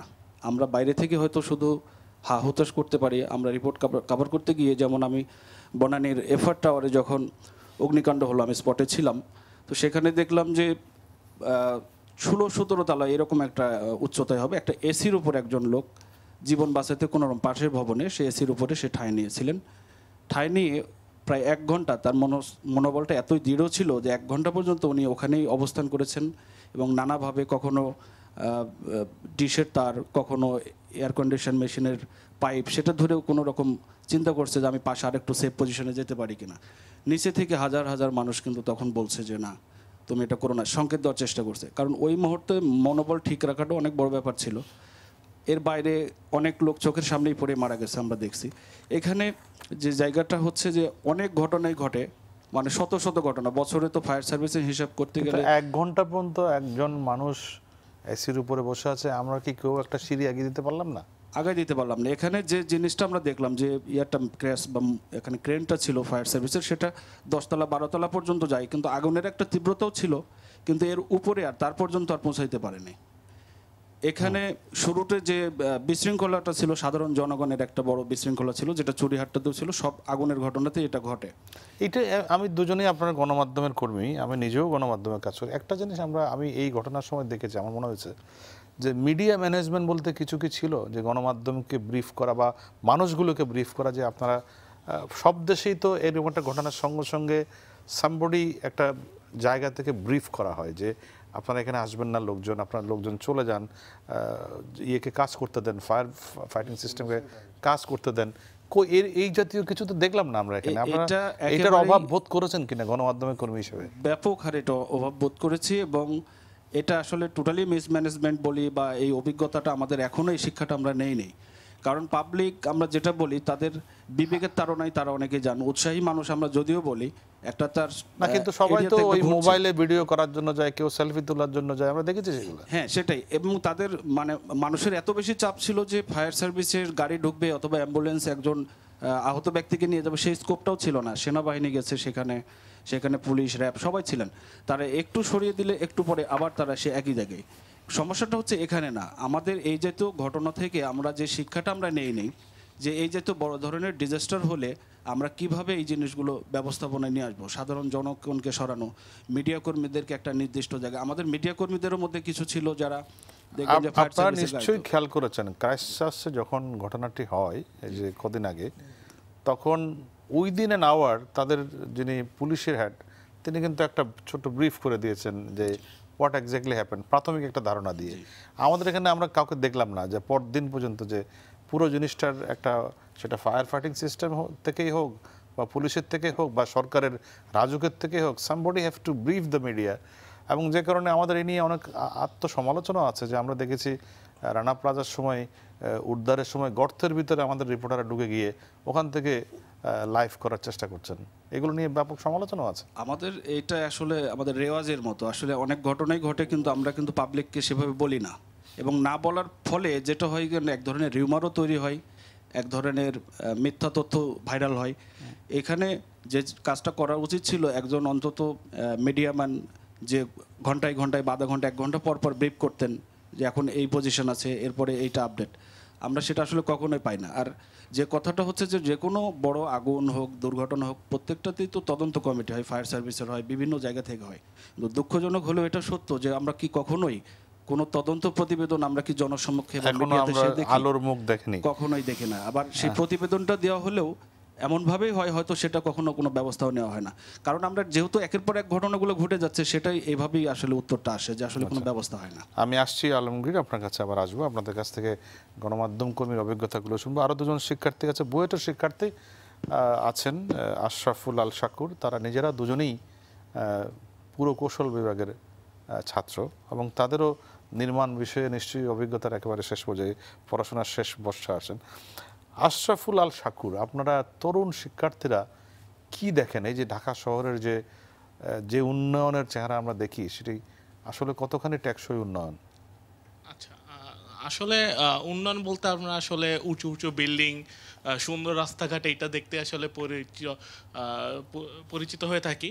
কিন্তু এইসব উঁচু উঁচু বিল্ডিংয়ে যখন বিভিন্ন দুর্ঘটনা হয়ে থাকে, সেক্ষেত্রে এইসব দুর্ঘটনাগুলো কীভাবে আমরা দুর্ঘটনা পরবর্তী যে অ্যাটেম্পটগুলো নেওয়া যায় সেটা আমরা করতে পারি, সেটা নিয়ে আসলে কোনো আমাদের সুস্পষ্ট কোনো ধারণা দেওয়া থাকে না বা থাকে না আর কি। যেমন আমরা দেখেছিলাম এই বনানী এফআর টাওয়ারের যে দুর্ঘটনাটিতে, এখানে 8 থেকে 12 তলাতে যে অগ্নিকাণ্ডটি হয়েছিল, সেখানে উদ্ধার করতে গিয়ে আমাদের ফায়ার সার্ভিসের কাছে যে উঁচু যে মইগুলো ছিল সেইটা আসলে পর্যাপ্ত ছিল না বলে আসলে উদ্ধার কাজে আসলে অনেক দেরি হয়েছে। আর এই দুর্ঘটনাগুলোতে আসলে যেটা সমস্যা, যেই উন্নয়নের ক্ষেত্রে আসলে আমরা যেটা বলতে পারি যে এই সকল নকশা প্রণয়ন থেকে শুরু করে সব কিছুই তো রাজুক বা এইসব মন্ত্রণালয় থেকে অনুমোদিত হয়, কিন্তু সেটা বাস্তবে কতটুকু ইমপ্লিমেন্ট হয়েছে কিনা বা এটা বাস্তবে কতটুকু রয়েছে কিনা সেইটা আসলে পরবর্তীতে কোনো এরকম পরীক্ষা নিরীক্ষা হয় কিনা আমাদের জানা নেই। এই জন্য আসলে দেখা যায় যে সকল উঁচু উঁচু বিল্ডিংগুলোতে বর্তমানে ফায়ার এক্সিস্ট বা ফায়ারের পরবর্তীতে কীভাবে এইটা ধারণা দেওয়া যায় সেটা আসলে অনুপস্থিত রয়েছে। তো এই জন্য আসলে দেখা যায় যে বড় বড় বিল্ডিংগুলোতে এইসব দুর্ঘটনা হলে আসলে অনেক আমরা নিহত অবস্থা দেখতে পাই, অনেকে আহত হয়। তো এই ধারণাগুলো আমরা দেখতে পাচ্ছি আর কি। সাকুর একটু করি যে আপনি নিজেও ইঞ্জিনিয়ার হয়ে বেরিয়ে যাবেন কিছুদিন পরে, এই বিল্ডিংটা তো নিশ্চয়ই কোনো না কোনো ইঞ্জিনিয়ার করেছে, আইন মেনে হোক না মেনে হোক। কিভাবে করেন ইঞ্জিনিয়াররা এগুলো? এখন ইনিশিয়াল হয়তোবা প্ল্যানিংয়ের সময় তারা দেখিয়েছিলেন যে এখানে ফায়ার এক্সিস্ট রয়েছে, যথেষ্ট পরিমাণে তার প্রিকশন বা যথেষ্ট পরিমাণে তার সাবধান অবলম্বন করেছেন, কিন্তু নির্মাণাধীন সময় বা নির্মাণ পরবর্তী ক্ষেত্রে সেই রকম রেগুলার মনিটরিং ছিল না বলে হয়তো তারা নির্মাণাধীন সময় এই কারচুপিগুলো করতে পারে না। বিল্ডিং এ এত বড় উঁচু বিল্ডিং এ 3 ফুট 2 ফুটের একটা সিঁড়ি হয় কি করে, বা 4 ফুটের একটা সিঁড়ি হয় কি করে? এটা এখানে তো শুভঙ্করের ফাঁকি আছে, এবং সেই শুভঙ্করের ফাঁকিটা আমাদের বুঝতে হবে। আচ্ছা, দুটো মানে কয়েকটা শুভঙ্কর ফাঁকি তো বললাম, আরও দুটো শুভঙ্করের ফাঁকি আছে। একটি হচ্ছে 1996 সাল পর্যন্ত 84 সালের ইমারত নির্মাণ বিধিমালা কার্যকর ছিল। সেই ইমারত নির্মাণ বিধিমালাতে সুউচ্চ ভবনের জন্য সুস্পষ্ট কোনো নীতিমালা ছিল না। তখনও পর্যন্ত বাংলাদেশ ন্যাশনাল বিল্ডিং কোডও তৈরি হয় নাই। কিন্তু আমরা ঘোড়ার আগে গাড়ি জুড়িয়ে দিয়েছি, আমরা উন্নয়নের নামে কোনো না কোনো সময় কেউ একটা উন্নয়নের ধোঁয়া তুলে এই উঁচু উঁচু ভবনগুলি তৈরি করলেন, কিন্তু আইন তখনও প্রস্তুত না তাকে গাইড করার জন্য। ফলে যার যা খুশি বিদেশে দেখেছি ওই করেছে সেই করেছে একটা কিছু করেছে। মনে রাখতে হবে এর মানে এই না যে আপনি যখন 96তে আইন করলেন, আপনি যখন ইমারত নির্মাণ বিধিমালার পাশাপাশি Bangladesh national building code draft করলেন, তখন সেই অনুযায়ী কমপ্লেন্স আপনি করবেন না। ওই অতীতে কিভাবে করেছে সেটা ছাড় দিবেন, এটা তো হতে পারে না। আমি একটা বলছি, আইন থাকুক বা না থাকুক, যিনি ডিজাইন করছেন তিনি এই জ্ঞানটা তার হবে না, তাহলে ডিজাইনটা করলো কেন? কথা হলো এই সেটাই, এটা কোনো না কোনো প্রকৌশলী তো করে করতে হবে। আমি যা ইচ্ছা তাই করতে পারি? অবশ্যই করতে পারেন। আমি সেই জায়গায় বলছি আপনাকে এটা কিন্তু মাথা রাখেন, এটা পলিটিশিয়ানের মতো কথা বলেন। কেন বলি ডক্টর হিলাল আপনার কাছে একটু শুনবো। খুব আইন কানুন মানছে, আমি সহজ না তাকে ফোর্স করা আইন করতে। আমাদের একটু বিরতি নিতে হবে। আশরাফুল আল শাকুর, ধন্যবাদ আপনাকে। আমি আসবো ফাহিম আশরাফ খান আপনার কাছে, তবে সেটি আসতে হবে আমাকে বিরতির পরে। দর্শক, গণতন্ত্রের সংলাপে নিচে ছোট্ট একটা বিরতি, কোথাও যাবেন না, আমাদের সঙ্গে থাকুন। আমরা একটু পরেই ফিরছি এই আলোচনায়।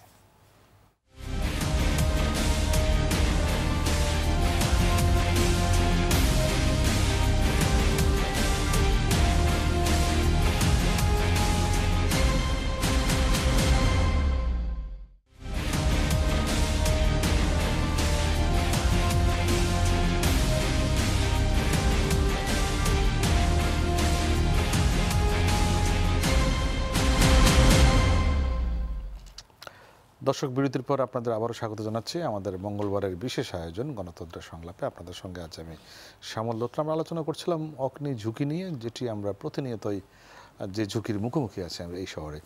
আমরা আলোচনার মাঝখানে ছিলাম, বিশেষ করে বুয়েটের আরেকজন শিক্ষার্থী রয়ে গেছেন অন্য স্টুডিওতে, বুয়েটের শিক্ষার্থী এবং বিতার্কিক মোহাম্মদ ফাহিম আশরাফ খান।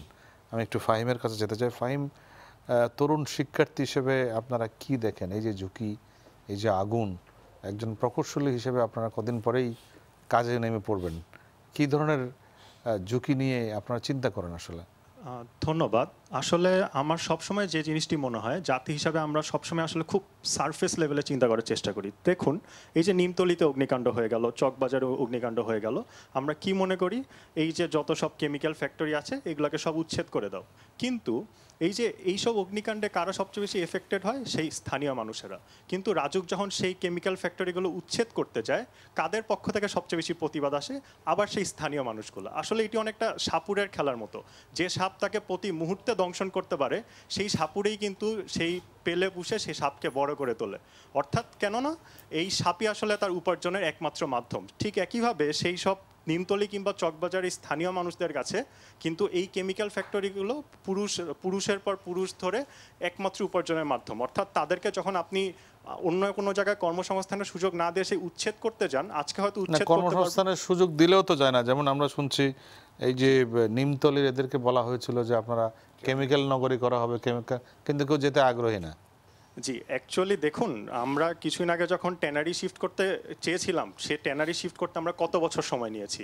অর্থাৎ তাদের যখন একটি রানিং বিজনেস চলছে, আপনাদেরকে যখন বলা হয় যে কেমিক্যাল ফ্যাক্টরি করা হবে, তাদের কাছে তখন হয়তো তাদের মনে হয় এটা 5 বছর লাগতে পারে, 10 বছর লাগতে পারে। কিন্তু এই যে 5-10 বছর তারা আসলে তাদের পৈতৃক সম্পত্তিটা ছেড়ে কি করবে, বা পৈতৃক ব্যবসাটি ছেড়ে কি করবে, সেটি কিন্তু তারা বোঝে না। সেটি একটা বড় প্রশ্ন অবশ্যই। জি জি জি। এবং তারা কিন্তু জানে যে কোনো মুহূর্তে সেই ব্যবসায়ী কিংবা তার পরিবার পরিজন মৃত্যুকে আলিঙ্গন করতে পারেন, কিন্তু আসলে তাদের কাছে আর কোনো মাধ্যম নাই। এবং আমরা যদি একটু শিফট করি, আমরা একটু যদি নতুন ঢাকায় বনানী গুলশানের মতো এলাকাগুলোতে যাই, আমি নিজে দেখেছি, আমি একটি কোম্পানিতে কিছুদিন কাজ করতাম, আমি নিজে দেখেছি সেখানে ফায়ার এক্সিট থাকে, কিন্তু সেই ফায়ার এক্সিটগুলো তালাবদ্ধ থাকে। এবং কিছু আজকের যেরকম সকালে আমার বড় বোন বলছিল, সে একটি কোম্পানিতে কাজ করে, যে তাদের যে একটি ফায়ার এক্সিট রয়েছে তারা সেটি আজকে জেনেছে। অর্থাৎ আবার আমরা এটিও দেখতে পাই, একটি বিল্ডিংয়ের প্রধান সিঁড়ি এবং ফায়ার এক্সিট পাশাপাশি থাকে। আমরা যতটুকু ইঞ্জিনিয়ারিং বুঝি, এটি কিন্তু খুবই ডেঞ্জারাস একটা জিনিস, কারণ যদি প্রধান সিঁড়ি এফেক্টেড হয়, সেই ফায়ার এক্সিটও এফেক্টেড হবে। অর্থাৎ দুটিকে যে অপোজিট সাইডে করা যায়, এটি খুব বেসিক একটা নলেজ, যেটি অনেক সময় মেনটেন করা হয় না। এবং কিছুক্ষণ আগে আপনি কারা করেন না এটি? জি, এটি যারা ডিজাইনের সময় প্রকৌশলীরাই করেন না। জি জি, এখানে আমার একটু ইনপুট রয়েছে, যে দেখুন, একটি ডিমান্ড থাকলে সাপ্লাই থাকবেই। কিছুদিন আগে আমার একজন সিনিয়র বড় ভাই বলছিলেন যে একজন প্রকৌশলী যদি ইথিক্স মেনটেন করে কাজ করতে চান, যেরকম আমি ধানমন্ডিতে থাকি, সেখানে 6 তলার উপরে বিল্ডিং করতে হলে, আমি ঠিক ফিগারটা মনে করতে পারছি না, 30% আর 20%, ইকবাল হাবিব স্যার হয়তো বলতে পারবেন, জায়গা ছেড়ে দিতে হয়। কিন্তু অনেক সময় সেই ল্যান্ড ওনাররা আসলে, ইঞ্জিনিয়াররা যতই বলুক যে আপনারা এই জায়গাটা ছেড়ে দেন, তারা অনেক সময় রাজি হন না। যে XYZ ইঞ্জিনিয়ার কিন্তু আমাকে বলেছে তিনি জায়গা ছেড়ে না দিয়ে ডিজাইন করে দিবে, তাহলে তুমি কেন জায়গা ছাড়তে চাচ্ছ? অর্থাৎ যখন একটি ডিমান্ড রয়েছে আনইথিক্যাল কাজের, তখন কিন্তু আসলে সেই আনইথিক্যাল মানুষগুলো, আনইথিক্যাল কাজ করে যদি পার পাওয়া যায়, কেন করবেন? হ্যাঁ, কুডবি। অর্থাৎ আমি বলছি না আমরা ইঞ্জিনিয়াররা সবাই খুব সৎ, বাট আমাদের মধ্যে আসলে সৎ মানুষরা রয়েছে, কিন্তু তাদেরকে আমরা আসলে সেই ফ্লোরটা বা গ্রাউন্ডটাই আসলে দিতে পারি না। কেননা সেই ল্যান্ড ওনাররা বলি, অর্থাৎ রিসিভিং এন্ডে এবং সার্ভিস এন্ডে সব দিকেই যদি আনইথিক্যাল মানুষজন থেকে যায়, তাহলে আসলে প্রকৌশলরা অনেকটা স্যান্ডউইচের মাঝখানে পড়ে যায়। ডিফিকাল্ট, হ্যাঁ, অবশ্যই। আচ্ছা, ধন্যবাদ ফাহিম আসলাম, আপনার কাছে আবার আসবো।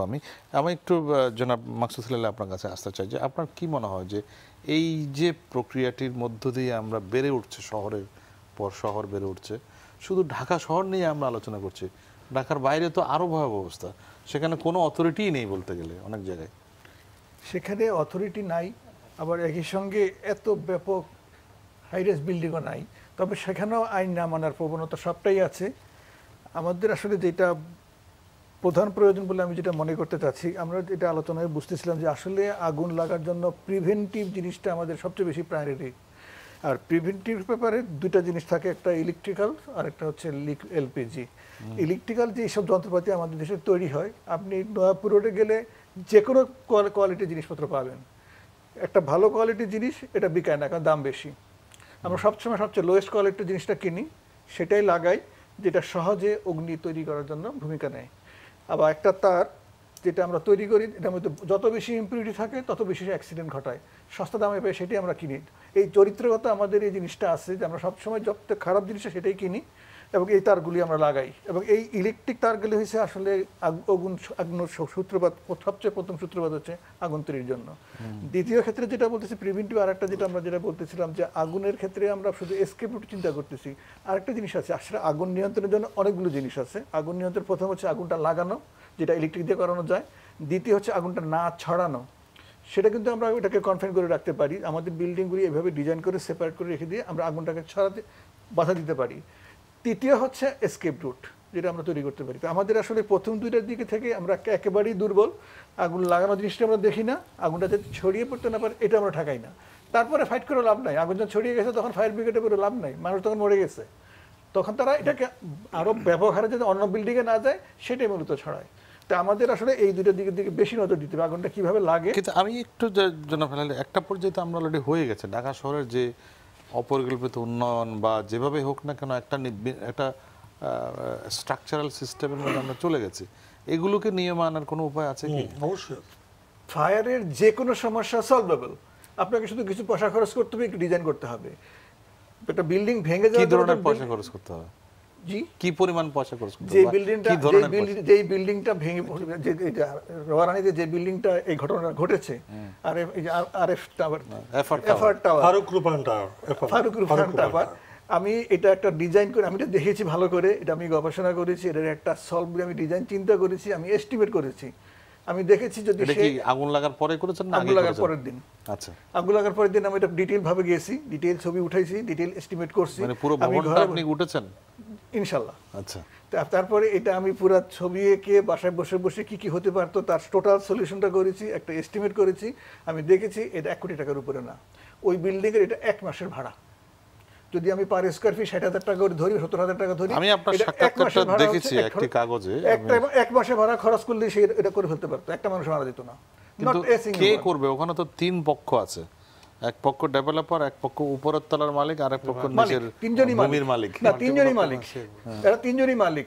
8 তলার মালিক একজন, 8 তলা থেকে 18 তলার মালিক একজন, 18 থেকে 5 তলা মানে বাকি 5টা আরেকজন। এই 3 জন মালিক একত্র হতে পারলেই চেষ্টা করা যেতে পারত। তারা তো একে অপরের বিরুদ্ধে মামলা করেছেন, কেউ এখন একসাথে হতে পারছেন না। এটা এখন কিন্তু যখন এটা যদি ওয়ান্স এটা ডিজাইনটা হয়ে যেত, এটা করে ফেলতে পারতো। অতএব এখানে কিন্তু এই যে ভবনগুলো আমরা নির্মাণ করলাম, এগুলো সম্ভব? এগুলোকে 100% সম্ভব, এটা কিন্তু কমন, এটা 100% সম্ভব। অন্তত পক্ষে মানুষটা বাঁচিয়ে আনার জন্য যেটুকু দরকার যে কোনো সময় সম্ভব, যে কোনো বিল্ডিং এ সম্ভব। আচ্ছা, আমি আসি, আপনি বলছিলেন। হ্যাঁ, এটা আসলে এরকম ঢাকাতে কিন্তু ডেভেলপার, মালিক, তারপরে আবার ভাড়াটিয়া, এরকম একটা ত্রিপক্ষীয় আছে যেখানে কিন্তু এটা কমন প্রবলেম। এই কমন প্রবলেমের জন্য কিন্তু দেখা যাচ্ছে যে টোটাল সেফটি কমপ্লায়েন্সটা ইনশিওর হচ্ছে না আসলে। সিমিলারলি কিন্তু ইনসিডেন্ট আমরা ঘটেছিল আপনার ওই যে পুরানো পল্টনে একটা বিল্ডিং, সেইখানে একই রকম সমস্যাগুলো আমরা পেয়েছি। আর যেটা আমরা ভেরি আনফর্চুনেট, যেটা আমাদের সেটা সমস্যা যেটা বলা উচিত এখানে, আসলে আমাদের যে ফার্স্ট ইনফরমেশন আসলে এখানে, এটা কিন্তু প্রায় আমরা 25 মিনিট পরে পেয়েছি আসলে। এই যে কুইক, যেটা আমাদের সময় কালক্ষেপণ হয়েছে, কিন্তু ইনফরমেশন দিতে দেরি করেছে। কেন আমরা তো ইদানিং 999 দিয়ে অনেকেই, তাও অনেকে কিন্তু বুঝতেই পারে না যে অবস্থা, ইনফরমেশন ডিলে হয়েছে। এবং অ্যাট দ্য সেম টাইম এখানে কিন্তু আবার যারা অকুপেন্সি ছিল তারা কিন্তু, যারা ওখানে ওরা কিন্তু খবর পায় নাই, ওরা কিন্তু যারা ছিল ওরা টেলিভিশন থেকে পরে খবর পেয়েছে যে আগুন লেগেছে আসলে। ভেরি আনফরচুনেট, যার জন্য কিন্তু অ্যালার্ম ছিল না। এবং আগুনটা এমন অবস্থা হয়েছে যে প্রথম থেকে যে ইনিশিয়াল স্টেজ, ডেভেলপ স্টেজ চলে গেছে বাই দিস টাইম। তখন কিন্তু মানুষের ওই স্কেপ অত সিঁড়িতে যাওয়ার কোনো উপায় ছিল না, যার জন্য কিন্তু একটা ভেরি, সিঁড়ি তো নেই ওখানে, যেটা আছে ছড়িয়ে গেছে আসলে ডিজাইনগত প্রবলেম। আগুনটা লাগার সঙ্গে সঙ্গে এসে ছড়িয়ে গেছে, এটা বিল্ডিং এর ডিজাইনগত প্রবলেম। এখন যেটা ওয়ে আউট, যেটা আমাদের মনে হয় যেটা আছে এখন, আপনি যেটা বললেন কি ওয়ে আউট করা যায়, আসলে রিয়েলি আমি ওয়ে আউটটা একটু শুনি, তবে তার আগে একজন টেলিফোনে সংযোগ আছেন, আপনার কাছে ফিরছি। দর্শক, আপনার নাম পরিচয় বলে প্রশ্ন করুন। জি, আসসালামু আলাইকুম। ওয়ালাইকুম আসসালাম, বলুন আপনার কি প্রশ্ন? আমি আলমগীর পাটোয়ারি বলছিলাম রামপুরা থেকে। আমি বলতে চাইতেছি যে এইসব বিল্ডিং গুলা আপনারা এখন চিহ্নিত করতেছেন, সেটা খুব ভালো, কিন্তু বিল্ডিং গুলা তো, হাই রাইজ বিল্ডিং গুলা তো সব ভাঙা তো সম্ভব না। এখন আপনাদের দেখা উচিত কোথাও কোথাও ল্যাকিং কি কি আছে সেগুলোকে ফাইন্ড আউট করা, যেখানে ফায়ার ফাইটিং এর অভাব আছে, যেখানে অল্টারনেটিভ আগুন ধরলে নামার কোনো বিকল্প পথ আছে কিনা, সেই জিনিসগুলোকে নিশ্চিত করা। আর যেগুলো নতুন করে হাই রাইজ বিল্ডিং হইতেছে সেগুলোতে ভালোভাবে চিহ্নিত করে সেগুলোকে ভালোভাবে মনিটরিং করে সেগুলি তদারকি করা আমার মনে হয় এটা হলো আমার পক্ষ থেকে একটা মতামত। আমি এই ধন্যবাদ, দেশের একজন ধন্যবাদ সাধারণ পাটোয়ারি নাগরিক। সাহেব। আপনি নিশ্চয়ই একটু আগে শুনেছেন ডক্টর মাকসুদুল আলী বলছিলেন যে ভবনগুলো হয়ে গেছে এগুলোকেও সেফলি আনার জন্য খুব অল্প পয়সায় সম্ভব। মানে যদি সেই উদ্যোগটি নেন এবং সেই মালিক যদি বা ভবনে যারা থাকেন তারা যদি অনুভব করেন যে এরকম একটা ফায়ার এসকেপ সিস্টেম বা এই বিল্ডিংটিকে নিরাপদ করার জন্য কিছু উদ্যোগ নেওয়া দরকার, সেটি করা সম্ভব। ধন্যবাদ আপনার প্রশ্নের জন্য, মন্তব্যের জন্য ধন্যবাদ। যেটি বলছিলেন আপনি। আমি যেটা হলো কি, এখন তো এরকম অনেক বিল্ডিং যেটা হয়ে গেছে জঞ্জাল যেগুলো আছে, কারণ আমাদের কিন্তু একসময় ছিল যে ফায়ারের রুলে ছিল যে 6 তলা থেকে উপরে হাই রাইজ বিল্ডিং, 7 তলা থেকে, আর ওদিকে ইমারত বিদ্যুৎ ছিল রাজুকের 10 তলা। এরকম একটা বৈষম্যের জন্য এখনো তো বৈষম্যটি আছে। আপনাদের মানে কিন্তু এই সুযোগটা নিয়ে কিন্তু সংজ্ঞায় হাই রাইজ এক ধরনের, আবার রাজুকের সঙ্গে আরেক ধরনের। এই সুযোগে কিন্তু দেখা যাচ্ছে ঢাকার বিভিন্ন স্থানে এবং অন্যান্য জায়গায় কিন্তু এমন জঞ্জাল হয়ে গেছে এবং ওখানে কিন্তু দেখা যাচ্ছে অ্যাম্বুলেন্স বলে যাওয়া যায় না, এই অবস্থা হয়ে গেছে আসলে। কারণ ওটা তো ফায়ার ক্লিয়ারেন্স আমাদের কাছে নেয়নি আসলে, রাজুক অনুমোদন দিয়ে দিছে এই বিল্ডিং গুলো, বিশেষ করে কিন্তু এটি কেন সমন্বয় করা যায় না যে এটার জন্য কিন্তু একটা বড় ছিল। এখানেও কিছু হয়তো স্বার্থান্বেষী মহল ছিল, তারা চেষ্টা করেছে আসলে, বাট আমরাও কিন্তু নতুন ইমারত দিতে আমরা অবজেকশন দিয়েছি আসলে, যে এটা কিভাবে এখন এটাকে একটু এই ক্লিয়ারেন্স করে নেওয়া যেতে পারে আসলে। তো এখানে এখন যেটা হলো এখন যেটা প্রয়োজন রয়েছে, এখন যেটা আমি মনে করি অবশ্যই এখন এখানে প্রপার যদি এখন সেফটি কীভাবে ইনশিওর করতে পারে, এখন পুরোনো যেগুলো বিল্ডিং যেগুলো আছে অবশ্যই করা যেতে পারে এখন, বিশেষ করে যে ফায়ার যে না লাগতে পারে, এখন প্রপারলি সিঁড়ি দিয়ে অথবা ইঞ্জিনিয়ারিং সলিউশন বের করতে হবে, যেখানে কিন্তু প্রফেশনাল লোকদের কাজ করতে হবে, একটা টিম থাকবে। সেজন্য কিন্তু আমরা ফায়ার সার্ভিস সিভিল ডিফেন্সে কিন্তু অ্যাটলিস্ট আমরা 50টা এনলিস্টেড ফার্ম করেছি ইঞ্জিনিয়ারিং ফায়ার মাধ্যমে, এগুলো অ্যাসেসমেন্ট করার পরে তারপর কিছু রেমিডিয়াল মেজার, আপনার ডক্টর হেলালি বলছিলেন যে রেমিডিয়াল মেজার নিতে হবে, যেখানে কিন্তু প্রফেশনাল ইঞ্জিনিয়ার আর্কিটেক্ট তারা দেখবে এবং সেইভাবে কিন্তু গ্র্যাজুয়ালি সময় দিয়ে কাজ করতে হবে। এখন সময় এসছে আমাদের, যেহেতু আমাদের আবার দুর্ঘটনা না করতে পারে, ইমিডিয়েটলি কিছু অ্যাওয়ারনেস বিল্ড আপ করতে হবে, যে আমরা মনে করতে হবে এই বিল্ডিং এ আমরা আছি, আগুন লাগলে কি নিজেদের কি অনেকটা আগুন লাগলে কি করতে হবে সেই ব্যাপারে করতে হবে। আমি আসছি আপনার কাছে। একটা গুরুত্বপূর্ণ কয়েকটা জায়গা আসলে আলোচনাটা এমন জায়গায় চলে যাচ্ছে, আপনি একটা গুরুত্বপূর্ণ বিষয় আলোচনা করছি, একটুখানি বোঝা দরকার ফাঁকগুলি আর কোথায় আছে।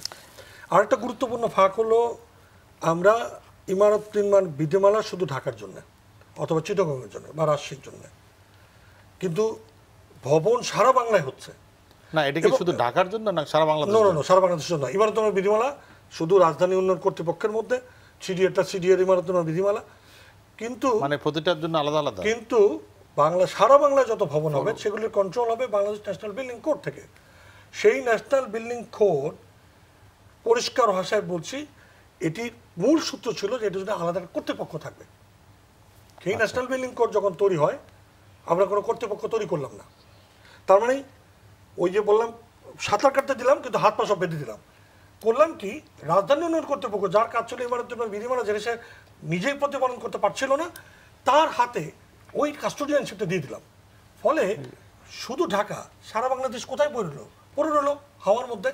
তৃতীয়ত, সেই ইমারত নির্মাণ বিধিমালা বাংলাদেশ ন্যাশনাল বিল্ডিং কোড প্রায় 8 বছরের চেষ্টায়, প্রায় 4-5 বছর আগে অনেক মানুষ, অনেক রকমের ইনস্টিটিউট একসাথে হয়ে এটাকে ফায়ার সহ সমস্ত বিষয় বিশদ করলেন।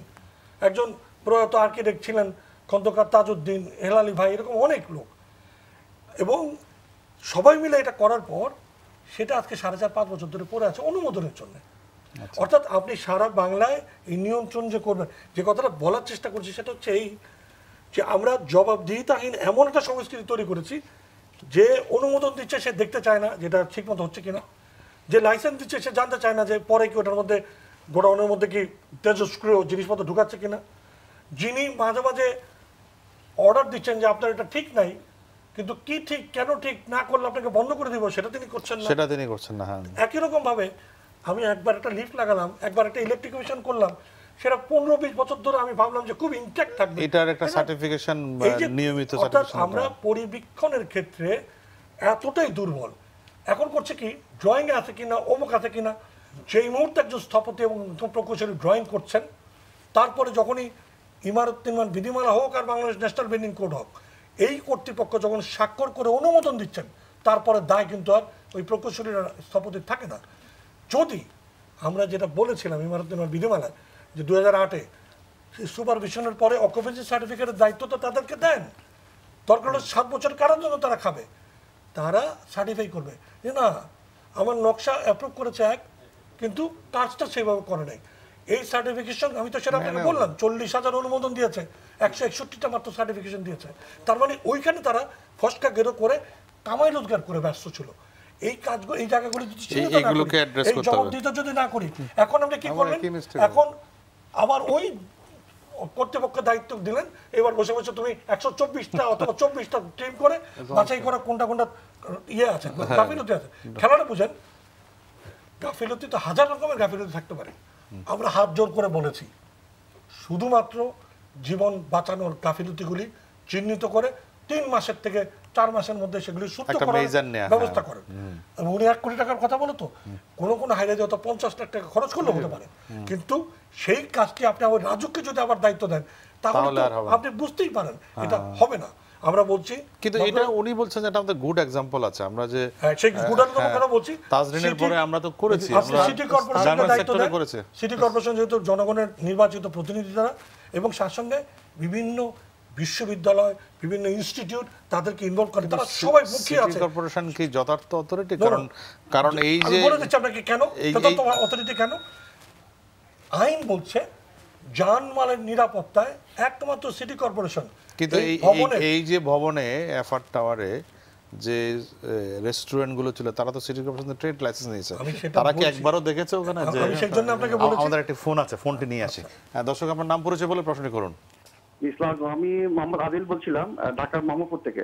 হ্যাঁ বলুন আরিফ সাহেব, বলুন। হ্যাঁ জি, আমার প্রশ্নটা মানে আমার একটা প্রশ্ন না, ঠিক আমার এটা একটা মন্তব্য ছিল, সেটা হচ্ছে বলুন। হ্যাঁ, সিটি কর্পোরেশন একটা আলাদা বিভাগ, রাজু একটা আলাদা বিভাগ, ফায়ার ব্রিগেড একটা আলাদা বিভাগ। তো এই প্রত্যেকটা বিভাগ কিন্তু একটা বিভাগের উপরে দায় সারাভাবে মানে তাদের দায়টা নিতে চায় না, অন্য রূপে চাপিয়ে দেয়। আমি বলতে চাইছিলাম যে এই প্রত্যেকটা বিভাগকে যদি একটা সিস্টেমের ভিতরে বা একজনের আন্ডারে যদি বা একটা বিভাগের আন্ডারে যদি করা যেত, তাহলে কেউ কাউকে দায় চাপাতে পারতো না, সবাই দায়ভুক্ত থাকতো। এই তো কোনো ব্যবস্থা কি গভর্নমেন্ট কি কোনো মাথায় আছে কিনা? আচ্ছা, ধন্যবাদ। আমার মনে হয় আমি তো শেষ করি, আসলে যেটা আমরা বলছি যে একটা কমপ্লায়েন্স কমিশন করা হোক, এবং সেটা সিটি কর্পোরেশন নেতৃত্ব, এই জন্য তারা জনপ্রতিনিধিত্বশীল এবং তারা আইনগতভাবে বসবাসযোগ্যতা, আপনার যদি ভবন বসবাসযোগ্য না হয় ভাঙার দায়িত্ব কিন্তু কেউ পালন করতে পারবে না এক্সেপ্ট সিটি কর্পোরেশন। বসবাসযোগ্যতার এই জন্যে যে কোনো স্টেপ নেওয়ার ক্ষমতা যেহেতু তার আছে, সে সেবা সংস্থা, গ্যাস, বিদ্যুৎ, পানি, fire brigade, fire, civil defence এবং রাজুককে নিয়ে এবং বিশেষজ্ঞদের নিয়ে, যে বললাম বিশ্ববিদ্যালয়ের যারা আছে, ইনস্টিটিউটগুলো আছে, তাদের প্রতিনিধি নিয়ে সেই পুরো কমপ্লেন্সটা করুক সারা বছর জুড়ে। তার মানে প্রতি বছর রিনিউ করতে হবে। এই কার্যক্রমগুলি করার ক্ষেত্রেই আপনি কিন্তু বসবাসযোগ্যতাটা নিশ্চিত করার চেষ্টা করতে পারেন। হ্যাঁ, রাজুকের যে ডেভিয়েশন হচ্ছে হাজার হাজার, সেগুলো 4-5 বছর লাগবে রিমিডিয়াল করতে, সেটা করেন। কিন্তু এই মুহূর্তে আরেকটা দুর্ঘটনার জন্য আল্লাহর ওয়াস্তে অপেক্ষা করেন না, এক্ষুনি যান বাঁচানোর ব্যবস্থা করেন। আচ্ছা, ডক্টর হিলাল কি জানি বলতে চাচ্ছিলেন? আমি একটু বলতে চাচ্ছিলাম, এই যে একটু আগে আলোচনা হচ্ছিল যে 10 তলা 6 তলা নিয়ে যে একটা কন্ট্রাডিকশন থাকে, মানে ঘটনাটা আমি একটু বলতে চেষ্টা করি। ইমারত বিধি মানে 10 তলা, বিএনবিসি 6 তলা, ফায়ারের 6 তলা। আসলে ঘটনাটা হচ্ছে 10 তলা 6 তলা পার্থক্যটা কোন জায়গায়? পার্থক্য হচ্ছে এই হাইরাইজ বিল্ডিং হলে 10 জায়গার মানে সিগনেচার লাগে। 10 জনে এই যে অনুমোদন করতে যে বিভিন্ন পার্সেন্টেজে টাকা দিতে 10 জনে খায়, আর যদি এর চেয়ে কম হয় তাহলে শুধু একজনের পারমিশন লাগে। তো মানুষ সবসময় চিন্তা করতেছে যদি আমি হাইরাইজ থেকে সরে আসতে পারি তাহলে আমার সহজে পারমিশনটা পাবো। আর যদি অর্থাৎ আমি আবার যদি বুঝাই বলি, যদি 10 তারা সব করে দেয় তাহলে 10টা পর্যন্ত আবার কোনো পারমিশন লাগবে না, শুধু এক জায়গায় পারমিশন হবে। আর যদি 6 তালাকে যদি আমি হাইরাইজ করি তাহলে 6 থেকে 10 যারা প্রত্যেককে এই 10 মন্দির দৌড়াতে তাদের নানা জায়গায় টাকা দিয়ে দিতে। ভাই আপনি এটা সহজিয়া কর্চা বললেন, কিন্তু আসল পয়েন্টটা বলি, যতক্ষণ পর্যন্ত যেই অনুমোদন দেয় সে সকল বিষয়ের দায়িত্ব না নেবে, যদি রাজুক, আমি বলে নি শুনুন, একজন বলবো যে আমার এইটুক দায়িত্ব, যদি রাজুক মনে করে যে হ্যাঁ আমি সকলের দায়িত্ব নেব, গ্যাস, বিদ্যুৎ, পানি, ফায়ার সার্ভিস, ট্রাফিক, সমস্ত কিছুর, তবে অবশ্যই সে পুরো ওয়ান উইন্ডো সেলে এটা করতে পারে। প্রবলেমটা আমি মনে করি আজকে স্পষ্টীকরণ হওয়া উচিত। লাইসেন্স দেওয়ার গোসাই সবাই, পুলিশও লাইসেন্স দেয়, বিদ্যুৎও দেয়, পরিবেশও দেয়, ফায়ার সার্ভিসও দেয়, কিন্তু চেক করার দায়িত্ব করে নেয়, অর্থাৎ ভাত দর মূলত কারণে এই সংস্থাগুলোকে এই রকম দায়িত্ব থেকে অব্যাহতি দেন, অথবা একটা থার্ড সংস্থা তৈরি করেন যারা এই সকলকে বলে নেই, শুনেন, সকলকে এই দায়িত্ব প্রতিপালন না করলে ব্যত্যাঘাত করবে, অথবা এই ধরনের ঘটনায় মাননীয় মন্ত্রী কি বলেছেন, অবহেলাজনিত হত্যাকাণ্ড। আমি বিনীতভাবে বলতে চাই, যদি আপনি মনে করে থাকেন অবহেলাজনিত হত্যাকাণ্ড, বিচার করে দেখান যারা যারা দায়ী। যদি স্থপতি দায়ী থাকে, তাহলে তো মার্ডার কেস হওয়া উচিত। যদি মার্ডার কেস হত্যাকাণ্ড উনি তো বলেছেন, যদি স্থপতি দায়ী থাকে ধরেন, প্রকৌশলী দায়ী থাকে ধরেন, যদি রাজকের কর্মকর্তা কর্মচারী দায়ী থাকে ধরেন, ফায়ার সার্ভিস সিভিল ডিফেন্সের যে লোক খালি নোটিশ যে কুল্লু খালাত ধরেন, একটা প্রজেক্টে শাস্তি দেন, একটা প্রজেক্টে সিম্বল স্থাপন করেন। This is an Audacity. আমরা অনেকে এখন ভাবছি বিদেশের মানুষ তো ড্রিল করে, বিদেশের মানুষ তো দৌড় দিয়ে নেমে যায়, ফায়ার ব্রিগেড আসার আগে নিজেরা ব্যবস্থা নেয় এবং সব নিয়ম মতো রাখে। কেউ ভদ্রলোক বলে রাখে না, আইন তাকে বাধ্য করে। অতএব রাষ্ট্র যদি সেই আইন অনুশাসন বাধ্য করতে না পারে, ওই রাষ্ট্র সভ্য রাষ্ট্রই না। আচ্ছা আমি আসছি, আমি কিন্তু ওনার সঙ্গে একমত যে আসলে এটা একজনের কাছ থেকে পারমিশনটা পাওয়া উচিত, 10 জায়গায় যাওয়া উচিত না, কারণ একে অপরকে ব্লেম দিবে আলটিমেটলি কি হবে। এক জায়গা থেকে হবে, কিন্তু সে সবার দায়িত্ব নিতে হবে। আমি আসছি একটু অন্য স্টুডিওতে যেতে চাই, আমাদের আবার সাংবাদিক বন্ধুরা আছেন, তাদের আরেকটু মতামত শুনে আসি। মানিক মুনতাসির, বাংলাদেশ প্রতিদিনের সিনিয়র রিপোর্টার। মানিক, শুনছিলেন আলোচনা, আপনি কি কোনো কিছু দেখতে পাচ্ছেন আপনি এর মধ্যে দিয়ে সমাধানের কোনো ইঙ্গিত? ওই আমি যদি ওই ইকবাল হাবিব ভাই যেটা বললেন যে একটা জায়গা থেকে অ্যাপ্রুভালটা একটা জায়গা থেকে দিতে হবে, আপনাকে কাউকে না কাউকে দায়িত্ব নিতে হবে। আপনি 5টা সংস্থাকে দায়িত্ব দিয়ে রাখছেন, ঘটনাটা ঘটার পরে কেউ দায়িত্ব নেয় না, কেউ দায়িত্ব নেয় না, একজন আরেকজনকে দোষারোপ করে। এই জায়গা থেকে আমাদের বেরিয়ে আসতে হবে। যে কোনো একটা সংস্থাকে ঠিক করে দিতে হবে যে তুমি টোটাল জিনিসটা দেখবা, টোটাল দেখভাল করবা, তাহলে তার দায়বদ্ধতা, জবাবদিহিতা এবং স্বচ্ছতার মানদণ্ডটা ঠিক হবে। তাহলে সে তার নিজের প্রতি দায়বদ্ধ থাকবে, জাতির প্রতি এবং তার কাজের প্রতি। এই জায়গাটা আমাদের ঠিক করতে হবে। আরেকটা কথা হচ্ছে উন্নয়ন। আমরা উন্নয়ন করছি, ধরলাম আমরা বড় বড় বিল্ডিং বানাচ্ছি, বড় বড় ব্রিজ বানাচ্ছি, স্যাটেলাইট পাঠাচ্ছি, কিন্তু কার জন্য উন্নয়ন করছি? অ্যাবসলিউটলি মানুষের জন্য, আপনার আমার জন্য। এই মানুষই যদি না থাকে, প্রতিদিন এই মানুষ যদি আগুনে পুড়ে মারা যায়, প্রতিদিন এই মানুষ যদি রোড অ্যাক্সিডেন্টে মারা যায়, অপঘাতে মৃত্যু হয়, তাহলে আপনার এই উন্নয়নটা আপনি কার জন্য করছেন? এই উন্নয়নটার আদৌ প্রয়োজন আছে কিনা? তাহলে উন্নয়নটা আপনি যার জন্য করছেন, আপনি আগে তার সুরক্ষা দিন। যে উন্নয়নটার ফল ভোগ করবে, আপনাকে তার আগে সুরক্ষা দিতে হবে। তাকে যদি সুরক্ষা দিতে পারেন, দেন আপনি উন্নয়নটা সাস্টেইনেবল হবে এবং সেই উন্নয়নটা আপনার কাজে আসবে। আমাদেরকে সেই জায়গাটায় যেতে হবে। কিন্তু প্রশ্ন আসে যে এই জায়গায় আপনার কাজটা করবে কে? বিড়ালের গলায় ঘন্টাটা কে বাঁধবে? এখন কাউকে না কাউকে তো আমাদের দায়িত্ব নিতে হবে। ঠিক সেই জায়গায় আপনার আসতে হবে যে আইনের বাস্তবায়ন। আচ্ছা, ধন্যবাদ। আজকে আপনি যত কথাই বলুন না কেন, যদি আইনের বাস্তবায়ন আপনি না করেন, তাহলে পাবলিককে দোষারোপ করে, বিল্ডিংয়ের মালিককে দোষারোপ করে কোনো লাভ হবে না, কিচ্ছু হবে না। কারণ আমি তো ফাঁক খুঁজবই, কিন্তু আপনাকে ফাঁকটা বন্ধ করার ব্যবস্থা করতে হবে, আপনাকে শক্ত হাতে আইন প্রয়োগ করতে হবে। আচ্ছা, ধন্যবাদ মানিক। আমি একটু আরেকজন গণমাধ্যম কর্মী আছেন, সাংবাদিক, দৈনিক সময়ের আলো ক্রাইম চিফ আলমগীর হোসেন। জি, আমি একই কথাই বলবো যে আসলে একে অপরকে দোষারোপ করলে এটার কোনো সমাধান আসবে না। এ কারণেই মানে রাজুককে আমরা বারবার বলছি, তাকেই কিন্তু কাঠগড়ায় দাঁড় করাচ্ছি, আবার রাজুককে দিয়েই কিন্তু আমরা শনাক্ত করছি, তাকে দিয়েই ব্যবস্থা নেওয়াচ্ছি। আসলে আলটিমেটলি এটার সলিউশন বা কি কতটা ভালো ফলাফল হবে এটা কিন্তু খুব প্রশ্নবিদ্ধ। তো আচ্ছা, আমি একটা জিনিস আলমগীর আপনাকে জানতে চাই, আপনারা যখন এই বিষয়গুলো কভার করতে গেছেন, এই এলাকায় রাজুকের একজন অথরাইজ অফিসার ছিল না, তিনি কোথায়? কেউ তার খোঁজ নিয়েছেন আপনারা?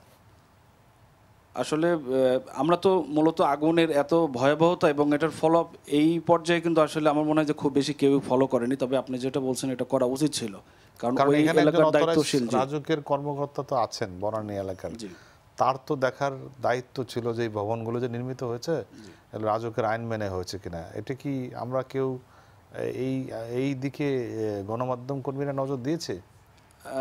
চোখে পড়ার মতো না, আমার যতটুকু আমি জানি এরকম করা হয়নি। আচ্ছা আলমগীর, আপনার কাছে আমি আসছি, একজন দর্শক আমাদের সাথে সংযোগে আছেন টেলিফোনে, সেটা একটু নিয়ে আসে। দর্শক, আপনার নাম পরিচয় বলে প্রশ্ন করুন। আমার নাম তাপস, আমি রাজশাহী থেকে বলছি। হ্যাঁ বলেন তাপস বাবু, বলেন। হ্যাঁ, কয়েকদিন আগে এই যে বনানীতে আগুন ধরছে, এখন তারপর থেকে আজকে পর্যন্ত শুধুমাত্র আগুন এবং আগুনের সেফটি নিয়েই সব প্রশ্ন, সব মাতামাতি। এখন ঢাকাতে যত ঘন বসতিপূর্ণ এলাকা, যদি 6 বা 6.5 মাত্রার উপরে বেশি ভূমিকম্প হয়, সেইটা প্রতিকার করার বা সেটা মোকাবেলা করার মতো ব্যবস্থা ওই দুর্যোগ ত্রাণ ব্যবস্থাপনাতে কিংবা ফায়ার সার্ভিসে কিংবা আর্মিতে কি আছে? আচ্ছা, এখানে ফায়ার কর্মকর্তা আছেন যিনি ছিলেন এক সময় সদ্য বিদায়ী, তিনি নিশ্চয়ই চিন্তা ভাবনা আছে, তিনি নিশ্চয়ই জবাব দেবেন। আগুন নিয়ে অবশ্যই চিন্তা করতে হবে, কিন্তু তারপরেও ধন্যবাদ তাপস সাহেব আপনাকে অনেক সুন্দর একটি প্রশ্নের জন্য। আমরা আলোচনায় ফিরবো যখন, তখন উনি নিশ্চয়ই বলবেন। হ্যাঁ আলমগীর, যদি আর কিছু বললেন আপনি। যে আমি এই দর্শকের সাথে আমিও আসলে একটা কথা বলতেই চাই, কারণ আগুন নিয়ে আসলে এখন মাতামাতি, এটাও ঠিক আছে, আমরা জানি, এর আগে রানা প্লাজার ঘটনাগুলো জানি। তো সার্বিকভাবে যে ডিজাস্টার ম্যানেজমেন্টের যে সিচুয়েশন আমাদের দেশে, এখানে এখনও লাজুক অবস্থায় আমরা আছি।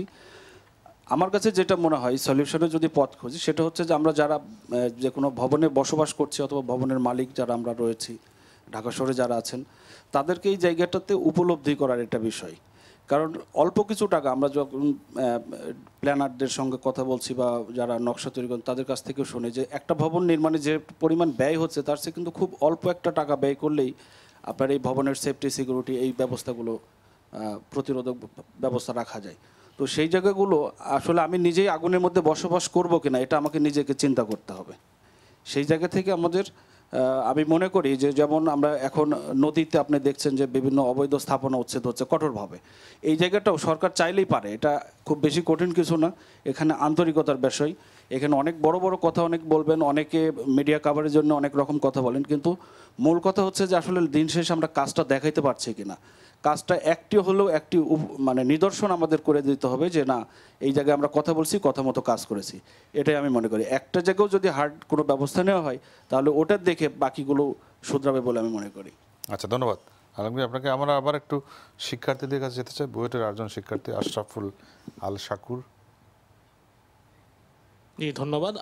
সামগ্রিক আলোচনা শেষে আমার কাছে যেটা মনে হয়েছে, বর্তমানে যদি ভবিষ্যতে আমাদের কোনো এইরকম অপঘাতে যে দুর্যোগগুলো হয়ে থাকে সেগুলোকে যদি আমাকে শক্ততা মোকাবেলা করতে হয়, যেটা আমার আসলে সবার আগে প্রয়োজন আইনের বাস্তবায়ন। যে আমাদের যে বিভাগগুলো রয়েছে সেই বিভাগগুলো আসলে একসাথে কাজ করতে হবে। একটা বিভাগ জন্য অপর বিভাগকে জাস্ট দুর্যোগের পরে জাস্ট একটা ব্লেম গেম না খেলে সেইটার নিশ্চয়তা করতে হবে। আরেকটা যেটা কনসার্নের বিষয়, যে বর্তমানে যে উচ্ছেদগুলো হচ্ছে বা যেই দুর্ঘটনা পরবর্তী যে কার্যক্রমগুলো হচ্ছে, যে বিল্ডিংগুলো ঝুঁকিপূর্ণ বা ঝুঁকিপূর্ণ নয় এই পর্যন্তই সীমাবদ্ধ রয়েছে। যে বিল্ডিংগুলো এখন বর্তমানে ঝুঁকিপূর্ণ তারা ঘোষণা করেছে, সেই বিল্ডিংগুলোকে ঝুঁকিপূর্ণ থেকে ঝুঁকি মুক্ত করার জন্য কী কী ব্যবস্থা করা যেতে পারে সেইটা একটা নিশ্চয়তা তাদেরকে করা উচিত আর কি। আর আরেকটা যেটা আমার কাছে সর্বশেষ যেটা মনে হয়েছে, যে আসলে আমাদের মানুষের মধ্যে একটা গণসচেতনতা তৈরি করতে হবে। যে আসলে আমরা অনেকেই দেখেছি এই একটা আগুন লাগলে আমাদের কি করতে হবে, বা আমরা যদি সেই সিচুয়েশনে থাকি আমরা কিভাবে সেই সিচুয়েশন থেকে বের হতে পারি, সেই সম্পর্কে আমাদের একটা গণসচেতনতা তৈরি করা দরকার। হ্যাঁ, ধন্যবাদ শাকুর। ফাহিম আশরাফ খান আরেকজন শিক্ষার্থী বুয়েটের। ধন্যবাদ। আসলে আমি একটু দ্বিমত পোষণ করব, কেননা আমরা আসলে প্রথম থেকে কি ইনক্লুসিভ ডিজাইনের কথা বলছি, তাই তো? যে প্রত্যেকটি সংস্থা তার নিজের কাজ করবে এবং এন্ড অফ দ্য ডে ডিসিশনটা আসবে একটি সংস্থা থেকে, এবং সেখান থেকে আমরা একটি হেভেনলি স্টেট কল্পনা করছি যেখানে আমাদের আর অগ্নিকাণ্ডের মতো ঘটনাগুলো ঘটবে না। কিন্তু ছোট্ট একটি বিষয় খেয়াল করুন, ধরে নিলাম আমাদের দেশে কি হয়, আমাদের রাজুকের ধরে নিলাম যাবতীয় প্ল্যান মেনে আমরা এমার্জেন্সি এক্সিট তৈরি করেছি এবং দেখা যায় সেই এমার্জেন্সি এক্সিটের তালাবদ্ধ। আমরা রাজুকের প্ল্যান মেনে ফায়ার এক্সটিংগুইশার সিস্টেম তৈরি করেছি এবং আমি নিজের আগ্রহী মাঝে মধ্যে ফায়ার এক্সটিংগুইশারগুলোর স্টিকারের দিক তাকাই, আমি দেখি যে সেটা এক্সপায়ার ডেট নাই। এখন হয়তো থিওরিটিক্যালি কথাগুলো সত্য যে রাজুকের উচিত সবগুলো সেই তালাবদ্ধ আছে কিনা সেটি চেক করা, এক্সপায়ার ডেট আছে নাকি, এক্সপায়ার ডেট ওভার হয়ে গেল নাকি সেটি চেক করা, কিন্তু আসলে কি প্র্যাকটিক্যালি প্রতিটা ঘরে গিয়ে এটা করা সম্ভব? আমরা নিজেদের জায়গা থেকেও আমার মনে হয় যে যতটুকু সচেতন হওয়া সম্ভব সেটি আমরা কখনোই হই না। যেরকম আমরা বহুতল ভবনের ছাদের তালাবদ্ধ করে রাখি, অর্থাৎ আমরা এতক্ষণ যে আলোচনাগুলো করলাম সেটিও আসলে এন্ড অফ দ্য ডে কিছুটা ব্লেম গেম হয়ে যায় যে রাজুক কেন কাজ করছে না। কিন্তু আমি শিওর আমরা এখানে যে 7-8 জন বসে আছি তার 7-8 জনের মধ্যে আমাদের হয়তো 2-1 জন পাওয়া যাবে যার বাসার ফায়ার এক্সটিংগুইশারের এক্সপায়ার ডেটটা ওভার। সুতরাং আমার মনে হয় আমাদের জায়গা থেকেও কিছুটা সচেতন হওয়া দরকার আছে। সচেতনের দরকার আছে, এবং ইনক্লুসিভ যে ডিজাইনের কথা আমরা বললাম সেটি তো অবশ্যই প্রয়োজন নিঃসন্দেহে। ধন্যবাদ ফাহিম। আমি ডক্টর হিলালি, আপনি বলতে চাচ্ছিলেন যে কতগুলো প্রশ্ন আসছে যে এই ব্যাপারটিকে কতখানি আসলে একটা গ্রহণযোগ্য পর্যায়ে নেওয়া সম্ভব? আসলে এই এখন যেটা গভর্নমেন্ট সরকার মানে আমাদের মন্ত্রী যেসব যে উদ্যোগটা নিয়েছেন, আসলে এই যে প্রাইমারিভাবে অ্যাসেস করা, যদিও রাজুক যদি না করে অন্য একটা যারা এক্সপার্ট গ্রুপ, এটা আইবি হোক আর কিন্তু রাজুক যে গত 2 দিনে যে পদক্ষেপ চালিয়েছে, আপনার কি মনে হয় প্রপার অ্যাসেসমেন্ট হচ্ছে না? কারণ প্রপার অ্যাসেসমেন্টের জন্য যেই সময়টা তারা দিচ্ছে, একটা বিল্ডিং অ্যাসেস করতে যেই পরিমাণ সময় লাগে, আমার যেহেতু একটা অভিজ্ঞতা আছে, দ্যাট ইজ নট সাফিসিয়েন্ট। তারা ওইভাবে করছে না। কারণ এটা কি সম্ভব যে একটা ডিজাইন দেখলেন আপনি, না হলে তারপর কি করলেন? এত কুইক ভাবে এইভাবে করা সম্ভব না। এর জন্য একটা সাফিসিয়েন্ট টাইম দিতে হবে, অ্যাসেসমেন্ট করবেন, তারপর এটা ডিজাইন হবে, তারপরে প্রিপারেশন মানে তারপরে এটার সলিউশন হবে। It's takes long time. কিন্তু অলরেডি যেটা বলে ফেলছে যে হ্যাঁ আমরা কয়েক সপ্তাহের মধ্যে এগুলি সব সলভ করে ফেলবো, এটা একটা আজগুবি জিনিস। এটা এইভাবে হওয়া সম্ভব না। এটা আরও সময় নিয়ে আরও নীতিমালা তৈরি করে প্রপারভাবে করা উচিত ছিল, এবং এই অ্যাসেসমেন্টটা হওয়ার পরে এবং একটা নিরপেক্ষ গ্রুপ দিয়ে করা উচিত ছিল। অ্যাসেসমেন্ট হওয়ার পরে তারপরে ডিসিশন নেওয়া হবে কিভাবে কি করা যায়। এটা কন্টিনিউয়াস প্রসেস, সময় লাগবে। থামাতে হচ্ছে, আমাদের বিদেশ থেকে একজন ফোন করে সংযোগে আছেন অনেকক্ষণ। দর্শক, আপনার নাম পরিচয় বলে আপনি প্রশ্নটি করুন। দাদা, আমি মোহাম্মদ সেলিমউদ্দিন, আমি ওমানে থাকি। আচ্ছা, আমি আপনার অনেক একজন ভক্ত, আপনার যে সৎ কথাটা বলেন। আচ্ছা, ধন্যবাদ, বলুন আপনি প্রশ্নটি। আমার একটাই প্রশ্ন, বাংলাদেশে অ্যাক্সিডেন্ট হোক, আগুন লাগুক, প্লাস কোন নৌকা ডুবি হোক, সবকিছুর দোষ হইল গাদা একটা সরকার, কিন্তু আমাদের কোনো দোষ নাই। আমি সবার কাছে স্থপতি ইকবাল মাহমুদ চৌধুরী স্যার, ইকবাল হাবিব সাহেব, একটা প্রশ্ন, সবাই ইকবাল হাবিব সাহেব, আমাদের অনেক বড় বড় বিদ্যমান ব্যক্তিরা আছে, আমরা তো এত লেখাপড়া করি নাই, কিন্তু আমরা তো কিছুই জানি না, কিন্তু সবাই একটা কেন দোষ দেয়? প্রত্যেকটা টিভিতে আমরা দেখি বিদেশে, এখানে তো অনেক অ্যাক্সিডেন্ট হয়, এখানেও তো অনেক বাড়িঘর করা যায়, কিন্তু কেউ তো সরকারের দোষটা দেয় না। কিন্তু সবকিছু যে সরকারের কাজে যায়, এটা কোন বিচার? এটা আপনাদের কোন বিচার? আচ্ছা, ধন্যবাদ আপনাকে। শুধুমাত্র সরকার না, আমরাও দায়ী, জনগণও দায়ী, আমরাও সচেতন নই নিশ্চয়ই। একটুখানি রেসপন্স করা দরকার। দেখুন, সরকারের কাজ হচ্ছে এই সকলের জানমালের নিরাপত্তার জন্য দায়িত্বশীলভাবে আইন প্রণয়ন করা এবং সেই আইনের বাস্তবায়ন নিশ্চিত করা। এটা জনগণের দায়িত্ব না আইনকে নিশ্চিত করা, জনগণ আইন মেনে চলা তার দায়িত্ব।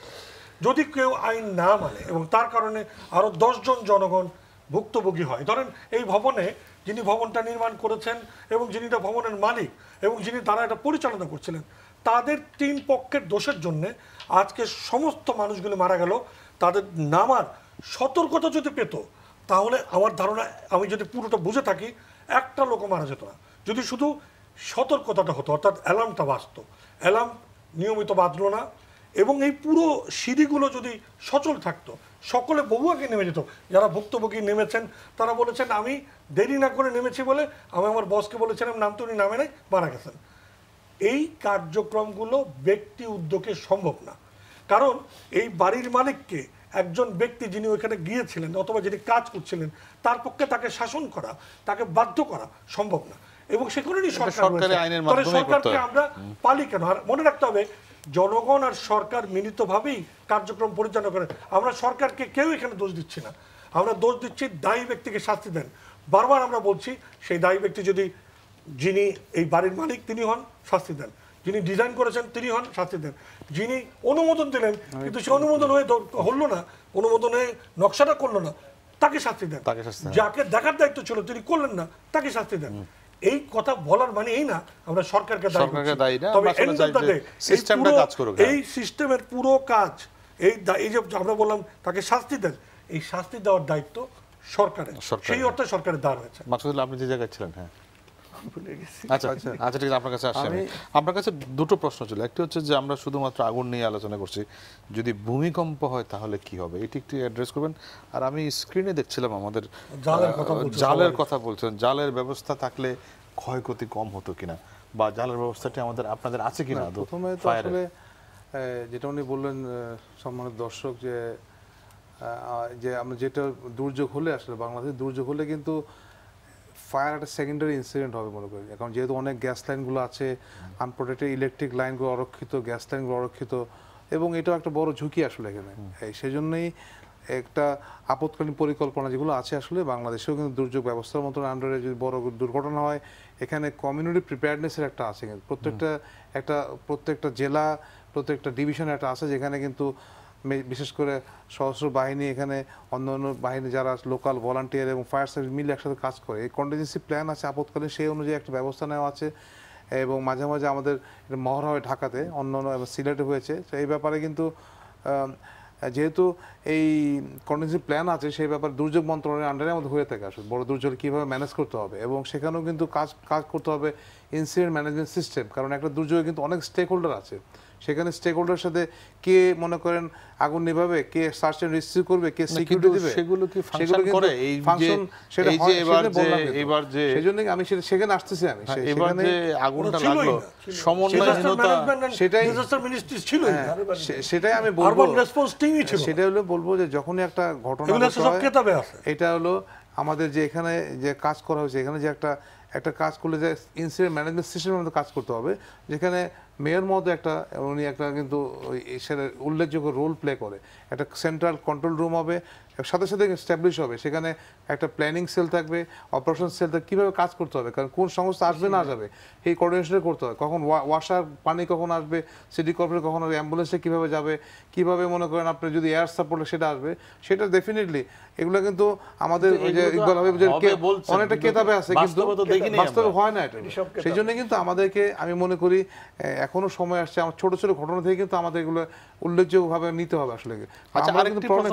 জালের অবস্থা কি করা, নেটের কথা বললো ফাইন, নেট আসলে কেউ তো জাম দেওয়ার কথা না আসলে, নর্মাল আইডিয়ালি থাকার কথা না, বাট আমরাও এগুলো আমাদের ছোট ছোট ব্যবস্থা আছে আমাদের এখানেও যদি এখানে আমাদের জাম্পিং প্যাডও আছে, কিন্তু জাম্পিং প্যাড লাগানোর স্পেসও ছিল না আসলে, কারণ জাম্পিং ওখানে যে তার ছিল, এখানে একজন লাভ দিলে কিন্তু অন্য একটা ইনসিডেন্ট হতে পারতো আসলে এখানে। তবে আমরাও তো সেভাবেই কিন্তু আমরাও এই জাম্পিং প্যাড আমাদের যেখানে আছে সেভাবে উৎসাহিত করেন, আপনি যদি জাম্পিং প্যাড দিয়ে দেন তাহলে কিন্তু অনেক লোক লাভ দিত এবং হতাহতের পরিমাণ আরো অনেক বাড়তো। তখনও যারা ওখানে ছিল, কোনো সিস্টেমও না, যারা মনে করেন যারা বাঁচানো গেছে তারাও কিন্তু মরে যেত আসলে একবার, কারণ এত উৎসাহ জাম্পিং বা 3-4-5 সাল হতে ওই লাভ দেওয়ার জন্য মানুষের প্র্যাকটিস করতে হবে, তাকে জানতে হবে কিভাবে জাম্পটা করতে হবে।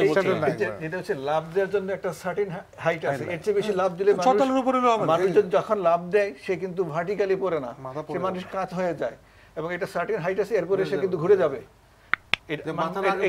যদি অন্যভাবে উদাহরণ দিয়ে বলি, একটা বিড়াল আপনি যেভাবে ফেলান ও পা নিচে পড়বে, ওর মাথার ওয়েটটা কম, মানুষের মাথার ওয়েট বডির থেকে বেশি, মানুষ যদি একটা সার্টেন হাইটের উপর থেকে পড়ে মাটির ঘুরে যাবে, যদি খুব ভালো স্কিল না হয় প্রত্যেকটা মানুষ ঘুরে যাবে। এবং সেই ক্ষেত্রে ওনারা যদি একটা ফ্যাসিলিটি দেয়, এটা এনকারেজ করা যে তোমরা লাভ দাও, কিন্তু লাভ দিলে সব মারা যাবে, কারণ তার মাথা সবসময় ঘুরে যাবে, পাতা নিচে যাবে। আসলে এই জন্য কিন্তু আসলে কিন্তু সবসময় করা উচিত কি, আমাদের এখন সময় আসছে ইমিডিয়েটলি, কিন্তু আপনি মনে করেন আপনার বাসা আছে 10তলা বিল্ডিং 6তলা, ইমিডিয়েটলি আপনি মনে করেন আগুন লাগছে, কি করবেন আপনি, এই প্রস্তুতি নিতে হবে আপনার। সেই জন্যই যারা সব করতে হবে, ড্রিল করলে কিন্তু তাহলে একটা আমরা প্যানিক হতো না আসলে একবারে, অ্যাটলিস্ট কার কি কাজ, কে বিদ্যুৎ সুইচ বন্ধ করবে, কে কিভাবে ফায়ার ফাইট করবে, তাহলে কিন্তু অ্যাটলিস্ট মানুষ এতগুলো মানুষ, মানে ওই ভবনটার কথা যদি বলি শ্যামলদা, ওই ভবনটার মানুষরা জানতেনই না ফায়ার এসকেপটা কোথায় বা আদৌ আছে কিনা, ওই ভবনের জানতেনই না যে অ্যালার্ম সিস্টেম আছে কিনা। যদি আপনি প্রত্যক্ষদর্শীদের, আমি সবগুলো পড়েছি, যদি তাদের বর্ণনা শোনেন আপনি বুঝবেন। এবং আমাদের ফায়ার ব্রিগেডের প্রাক্তন ডিজিও বলছেন প্রায় 30 মিনিট সময় পেয়েছে মানুষ এটি থেকে ইভ্যাকুয়েট করার, শুধুমাত্র যদি প্রথমে যেখানে স্মোকটা প্রথম শুরু হয়েছে সেই অ্যালার্মের কারণে ভবনের পুরো ভবন যদি অ্যালার্ম বাজতো, মানুষ কিন্তু 15-20 মিনিটের মধ্যে নেমে ওই বাড়িটা খালি, ক্ষতি হতো কি সম্পদের ক্ষতি হতো, মানুষের সম্পদের ক্ষতিটা তো মানুষ, মানে 5 মিনিটের ড্রিল ইজ গুড না, আমরা 5 মিনিট সময় তো পেয়েছিলাম, আমরা ওই সিঁড়িগুলোকে ধোঁয়ামুক্ত করিনি। আজকে মাননীয় প্রধানমন্ত্রীর নির্দেশনার মধ্যে এটাও একটা আছে যে ধোঁয়া মুক্তি। এই যে ধোঁয়া মুক্তি আসলে কি জানেন, এই এখন কিন্তু এই আমি যেটা বলেছি আপনাকে আগেও, বাংলাদেশ ন্যাশনাল বিল্ডিং কোড অনেক বেশি সমৃদ্ধ।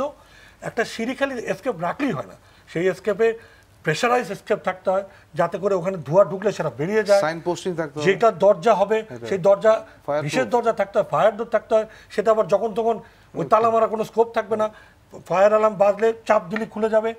এবং আরো বড় ব্যাপার হচ্ছে ইলেকট্রিসিটি চলে গেল সংকেত আমাকে গাইড করে নিয়ে যাবে অন্ধকারের মধ্যে যে আমি ফায়ার স্টেপটা ওই জায়গায়। এই বেসিক জিনিসগুলো, এবং আমরা আজকে যে জন্য আক্ষেপ করছি 15 দিনের মধ্যে আপনি এখন আমরা দেখছি ডেভিয়েশন মাপতেছে কত ফিট, এটা কিন্তু এখন ইম্পর্টেন্ট না, জীবন বাঁচানো এখন ইম্পর্টেন্ট। ফলে এই কমপ্লায়েন্সগুলো আপনি আগে একটা বেসলাইন দাঁড় করান, একটু বলে নেই, একটা বেসলাইন দাঁড় করান যে এই জিনিস এখন আমরা চেক ইন করবো, এই চেকলিস্ট অনুযায়ী মানুষকে বাঁচানোর মূল বিষয়গুলো আগে আগামী 3 মাস আমরা করে ফেলতে হবে, তারপরে আপনি আস্তে আস্তে সব করেন, এটি হওয়া উচিত না। কিন্তু এই প্রায়োরিটিটা নির্ধারণ করবে কে? জনাব হিলালে যদি একটু বলেন যে আমরা যে ভবনটা হয়ে গেছে ডেভিয়েশন ইম্পর্টেন্ট নাকি এখন এই বিল্ডিংটাকে একটা সেফটির মধ্যে আনা যায় কিভাবে সেটা ইম্পর্টেন্ট? সেইটা সেফটি আনার জন্য এই জন্যই বলছিলাম যে একটা সেন্ট্রাল কমিটি করবেন, যে কমিটি এই জিনিসগুলো বলে দেবে, আমরা এখানে এক্সপার্ট লোক নেবেন, তারা বলে দিবে যে আসলে কোন কোনগুলি প্রায়োরিটি, তারপরে বিল্ডিংটা ওই প্রায়োরিটিগুলি দেখবে যে বিল্ডিং এর প্রায়োরিটি আছে কিনা বা কোনটা নাই সেটি করবে। এই জন্য একটা সেন্ট্রাল কমিটি হবে। বিজিএম এর ক্ষেত্রে ডেভিয়েশনের শাস্তি পরে দেন, আগে জীবন বাঁচাই। বিজিএম এর ক্ষেত্রে গার্মেন্টসের ক্ষেত্রে যেটা হয়েছিল একটা এনটিসি একটা কমিটি করা হয়েছিল, ন্যাশনাল ট্রাইবার ট্রিয়েট কমিটি করা হয়েছিল। একজন সচিবের দায়িত্ব নিয়েছিলেন, লেবার সচিব দায়িত্ব নিয়েছিলেন, তিনি সব কিছু করেছিলেন। ইজ ওয়ান ম্যান, তার আন্ডারে কমিটি থাকবে, এই জিনিসগুলো তিনি শুধু করাই নেবেন যে এটা করো এটা করো এটা করো। এখানে এই এক্সপার্টরা আসবে, তারা সব ঠিক করে নেবে যে কীভাবে করা যায়। এটা তো আমাদের একটা হিস্ট্রি আছে, আমরা দেখলেই হয় যে হ্যাঁ কীভাবে করা হয়েছিল, এটা নতুন কিছু করার দরকার না। মানে আমাদের একটা এক্সাম্পল আছে, আমরা করেছি এটা। হ্যাঁ, গুড এক্সাম্পল। আমরা খুব বেশি সময় পাবো না। আমি জনাব আলী আহমদ খান যদি সুনির্দিষ্টভাবে একটু প্রস্তাবনা যদি থাকে আপনার কাছে যাবো, তবে তার একটি ফোন আছে, একটু নিয়ে আসে আপনার কাছে। দর্শক আপনার নাম পরিচয় বলে প্রশ্ন করুন। আসসালামু আলাইকুম, আমি মাহমুদ বলছি দক্ষিণ পীরেরবাগ মিরপুর থেকে। বলুন মাহমুদ সাহেব, বলেন। আচ্ছা, আমার প্রশ্নটা হচ্ছে, আমার ঠিক পাশের বিল্ডিংটাই 10 তলা বহুতল ভবন নির্মাণ হচ্ছে। আচ্ছা। এবং এটা একটা বিশাল বড় একটা জায়গার উপর ভবনটা নির্মাণ হচ্ছে। তো রাজুকে এটা নিয়ে আমি অনেক কমপ্লেন করি যে তারা বিল্ডিং এর প্রোটেকশনটা না দিয়ে বিল্ডিং এর কাজ চালিয়ে যাচ্ছে। এই প্রেক্ষিতে রাজুক থেকে বলা হয় তারা তাদের বিল্ডিং এর ডেভিয়েশন মেইনটেইন করেনি, এবং বহুতল ভবনের যে নিয়ম সেই নিয়মটা তারা মেইনটেইন করেনি। এখন এইভাবে তারা রাজুক থেকে থানায়ও চিঠি পাঠায় যে এটার জন্য ভবনের কোডটা মানা হয়, কিন্তু আপনার বাস্তবিক অর্থে 1-2 দিন পুলিশ আসে, তারপর আবার কাজ চলতে থাকে। আমি আপনাদের এই লাইভে আপনার হচ্ছে ওই পেপারটা সহ আমি অ্যাটাচমেন্ট কমেন্ট দিয়েছি, যদি আপনারা কাইন্ডলি দেখেন তাইলেই বুঝতে পারবেন যে আদৌ আমিও বুঝতেছি না এই যে পাশের ভবনটাও যে ক্ষতিগ্রস্ত হচ্ছে, ওরা ওদের প্রোটেকশন মেইনটেইন করতেছে না। আদৌ কি ওরা এইভাবে কাজ চালিয়ে যাবে নাকি এর একটা সুষ্ঠু সমাধান আমরা পাবো? আচ্ছা, ধন্যবাদ। আমি বুঝতে পারছি আপনাদের উদ্বেগ এবং অসহায়ত্ব দুটোই একসঙ্গে। যেটি বলছিলেন আপনি এই প্রশ্নটাও অ্যাড্রেস করতে পারেন, এটা আমি পরে অবশ্যই আপনার কাছে আসবো এই প্রশ্নটা নিয়ে। কি করা যেতে পারে এখন যেহেতু একটা যে আর্কিটেক্ট ইকবাল হাবিব যে বলেছিল শর্ট টার্ম একটা লং টার্ম একটা ইমিডিয়েটলি ব্যবস্থা নেওয়া উচিত, যেটা একটা সামওয়ান টু কোঅর্ডিনেট। আসলে এটা এখন যেটি বলা হচ্ছে যে এখন কি আপনি ইঞ্চি মেপে মেপে বিল্ডিং করা হচ্ছে এটা দেখবেন না, আমরা যে বিল্ডিংটা হয়ে গেছে এটাকে কিভাবে সেফটিতে আনা যায়, যেহেতু এখন সময় আমাদের খুবই কম আছে, ফার্স্ট প্রায়োরিটি দেবো আমাদের লাইফ সেফটি যেটা আছে, বিশেষ করে যেটা আমরা ফায়ারটা দেখি মনে করি, যেটা মানুষ যেন কোনো অবস্থায় যেন মানুষ না মরে সেই ব্যাপারে কিন্তু প্রত্যেকটা বিল্ডিংয়ে কিন্তু আমরা আগে এইটা প্রায়োরিটি দিই, আমরা কিভাবে বেসিক ফায়ার সেফটিটা আমরা ইমপ্রুভ করব, এবং সেটা করা সম্ভব। কিন্তু একটা ফায়ারের থেকে কোনো কি করা হচ্ছে, মানে কোনো ফায়ার থেকে আমরা জরিপ করা হচ্ছে, আমরা জরিপ একটা করেছিলাম, আবার একটা নতুন ভাবে মন্ত্রণালয় বলা হয়েছে আমরা করছি এখানে। বাট আমি মনে করি এটাও এইভাবে বলবো সাম আমি হয়তো না, আমার third party has to really একটা হেল্প করতে হবে, কারণ আমার ক্যাপাসিটি অত নাই আমার।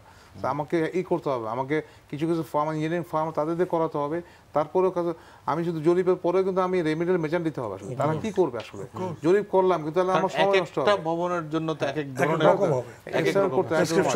সেটাই করতে হবে আমি মনে করি। তবু আর যেটা বলে যে একটা centrally someone to coordinate, I think যদি মেয়র সিটি ফাদার উনি করতে পারেন, অথবা উপজেলা লেভেলে, অথবা পৌরসভা একদম হতে পারে, বা একসাথে হোল বাংলাদেশে করা উচিত মানে। কারণ we should take the lessons, এই লেসনগুলো সমাজে। আর একটা হতে পারে আমি মনে করি এনফোর্সমেন্ট যেটা আছে, এনফোর্সমেন্টটা আসলে সিটি গভর্নমেন্ট থাকা উচিত মনে করি। এখানে শুধু কারণ জবাবদিহিতা থাকতে হবে একজনের কাছে। সেটিতে আমরা অনেক আলোচনা শুনছি, এটা আমার মনে হয় একটা 2 মিনিটে যদি 2 মিনিটে শুধু এতটুকু বলবো যে আমাদের বাংলাদেশ ন্যাশনাল বিল্ডিং কোডের আধুনিকায়ন এবং সম্প্রসারিত বা এর অল কাভার্ড যে সুপারিশগুলো করা হয়েছে সেটা সাপেক্ষে এর অনুমোদনটা করুন দয়া করে, এক। দ্বিতীয়ত, এই বাংলাদেশ ন্যাশনাল বিল্ডিং কোড সারা বাংলায় প্রতিপালিত হওয়া, তার অনুসৃত নীতি অনুযায়ী প্রতিটি ভবন, প্রতিটি কারখানা, প্রতিটি শিল্পাঙ্গন এবং শপিং সেন্টার, সেগুলোকে নিশ্চিত করার জন্য কর্তৃপক্ষ গঠন করুন, যারা নিয়মিত নবায়নকৃত অর্থাৎ নবায়নযোগ্য একটা প্রক্রিয়ার মধ্যে দিয়ে প্রতি বছর সেটা নবায়ন করবেন। এই কাজটি যদি আমরা নিশ্চিত করতে পারি। প্রশ্ন করছিলেন মাহফুজ সাহেব যে ওনারা কি করবেন, যে এই যে বললাম রাজধানী উন্নয়ন কর্তৃপক্ষকে আমরা সকল কাজের জন্য চেপে ধরে বসে আছি, ফলে সে কোনো কাজই করতে পারছে না। বরং এরকম যদি একটা শক্ত কর্তৃপক্ষ করা যায় এবং স্থানীয় সরকারকে যদি তার নেতৃত্বে বসানো যায়, বিকজ আমি আবারও বলছি, রাজনৈতিকভাবে শক্তিশালী যারা অর্থাৎ ইলেক্টেড নির্বাচিত, তাদের মাধ্যমে যদি এটা এক্সারসাইজ করেন, এটি কার্যত এক্সিকিউশনের মুখ দেখবে। আসলে মনে রাখতে হবে এই মুহূর্তের প্রায়োরিটি কিন্তু এই লম্বা লম্বা কথা নয়, জীবন বাঁচান।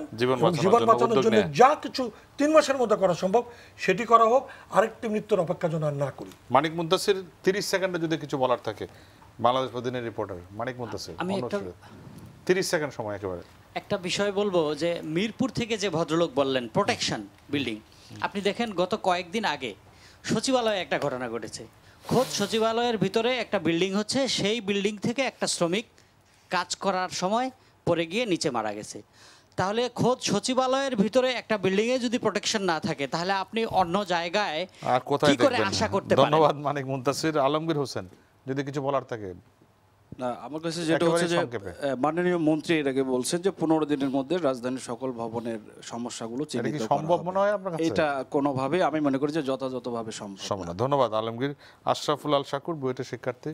আমার মনে হয় এখন ইমিডিয়েটলি সবাইকে হচ্ছে গণসচেতনতা তৈরি করতে হবে বা নিজেকে সচেতন হইতে হবে যে এই রকম দুর্যোগে যদি আমি পড়ি তখন আমি কিভাবে এখানে উদ্ধার হতে পারি, আগে নিজেকে তো প্রস্তুত করতে হবে। ধন্যবাদ। ফাহিম আশরাফ খান। আমাদের প্রায়োরিটিটা বোঝা উচিত, কি আগে করব কি পরে করব, এবং আমাদের প্রিসাইজ হওয়া উচিত, টু দ্য পয়েন্ট হওয়া উচিত। ধন্যবাদ। ধন্যবাদ। যদি আপনার শেষ মন্তব্য দিতেন মাকসুদুল আলী। আমি বলতেছি বিএনবিসিটা পাস হোক, আর একটা কমিটি করা হোক মেয়র নেতৃত্বে, উনি দেখবেন। এছাড়া আমার আর কিছু বলার নেই। বিএনবিসিটা পাস করুক, আর একজন আমাদের মাননীয় মেয়র সাহেবকে পুরো দায়িত্বটা দেওয়া হোক।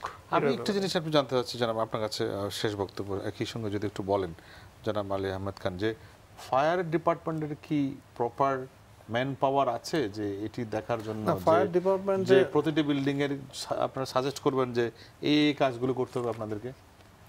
ফায়ারের আসলে আমি যেটা একবারভাবে বলছিলাম, আমাদের যে ফায়ার ফাইটিং যে আমাদের যে রেগুলেটরি উইংটা একটু দুর্বল আসলে, সেই জন্য কিন্তু আমরা সাজেস্ট করেছি যে ইমিডিয়েটলি একটা স্ট্রং রেগুলেটরি একটা উইং রাখতে হবে। আমরা কিন্তু ফায়ার ফাইট করে আছি, ইন্সপেকশনের একটা যেটা আছে, এখানে কিছু ইঞ্জিনিয়ার থাকতে হবে এখানে, তারপরে এনফোর্সমেন্ট কিছু আমাদের ম্যাজিস্ট্রেট দু ধরনের থাকতে হবে, একটা রেগুলেটরি সিস্টেম, একটা হচ্ছে ফায়ার ফায়ার ফাইটিং যেটা, সেটা তো সরকার এটা উন্নয়ন করছে এবং এটা কন্টিনিউয়াস প্রসেস, বা ইমিডিয়েট দরকার হলে এটাকে আমার টোটাল রিফর্ম করে এটাকে স্ট্রং করা উচিত একটা। এবং সিমিলারলি আমি রাজুককে রিফর্ম করা উচিত, এখানে একটা অথরিটি বিল্ডিং যে বিএনবিসিকে যেন কি এনফোর্স করা যায় সেটাও একটা মানে রিফর্মের প্রয়োজন রয়েছে আসলে। তাই দুটোকেই করা উচিত, কারণ এটাই কিন্তু যার কাজ তাকেই করতে হবে। কিন্তু আবার যদি থার্ড পার্টি একজন অন্য যদি কেউ নেই, তখন কিন্তু আবার সব গ্যাপ হয়ে যাবে। সুতরাং আমি মনে করি অথরিটি যার আছে তাকে স্ট্রং করি, দেন গ্রাজুয়ালি হয়তো কোঅর্ডিনেট সামন মেয়র কোঅর্ডিনেট করতে পারে। শেষ করবো আপনাকে দিয়ে মুস্তাফা ইকবাল হাবিব। আমি শুধু বিশ্বাস করতে চাই যে সরকার জনসচেতনতার কার্যক্রমটাকেও এর সাথে অঙ্গীভূত করবেন এবং মনে রাখতে হবে একজন সিঙ্গেল পার্সন, একটা ব্যক্তির পক্ষে অনেক কিছু করা সম্ভব না। আপনি প্রতিবেশীর অন্যায়টাকেও প্রোটেক্ট করা সম্ভব না। যদি রাষ্ট্র শক্তিশালী করে অনুশাসনের ব্যাপারে নির্মোহ থেকে একেবারে কঠোর অনুশাসন প্রয়োগে বাধ্য করে সকলকে, প্রতিটা মানুষ কিন্তু তখন তার সাথে যুক্ত হবে এবং তখনই পুরো এই ইকোসিস্টেমটা দাঁড়াবে যে আমরা নিচে বাঁচবো, অন্যকে বাঁচতে সাহায্য করব। ধন্যবাদ আপনাদের সবাইকে, ধন্যবাদ অনুসৃত যারা আছেন, ধন্যবাদ দর্শক আপনারা যারা এতক্ষণ দেখলেন। আমি সমাপনীতে কোনো কনক্লুশন টানতে চাই না, এই কারণেই যে এতক্ষণ যে আলোচনা শুনলেন দর্শক আপনারা বুঝে গেছেন যে আমাদের আসলে গলতগুলো কোন জায়গায়। যদি সেই গলতগুলোকে আমরা অ্যাড্রেস করতে না পারি তাহলে হয়তো আমরা আরও একটি অগ্নিকাণ্ডের ঘটনা ঘটবে বা আরও একটি অন্য ধরনের দুর্ঘটনা ঘটবে, আমরা আবার টক শোতে আলোচনা করব। কিন্তু আলটিমেটলি আমাদের কাজ আলোচনা পর্যন্তই। যাদের করার দায়িত্ব তারা যদি না করেন তাহলে কিন্তু কোনোদিনই আমরা সমাধান খুঁজে পাবেন না। আগামী মঙ্গলবার আবারও দেখা হবে, সে পর্যন্ত সবাই ভালো থাকুন, আমাদের সঙ্গেই থাকুন। ধন্যবাদ সবাইকে।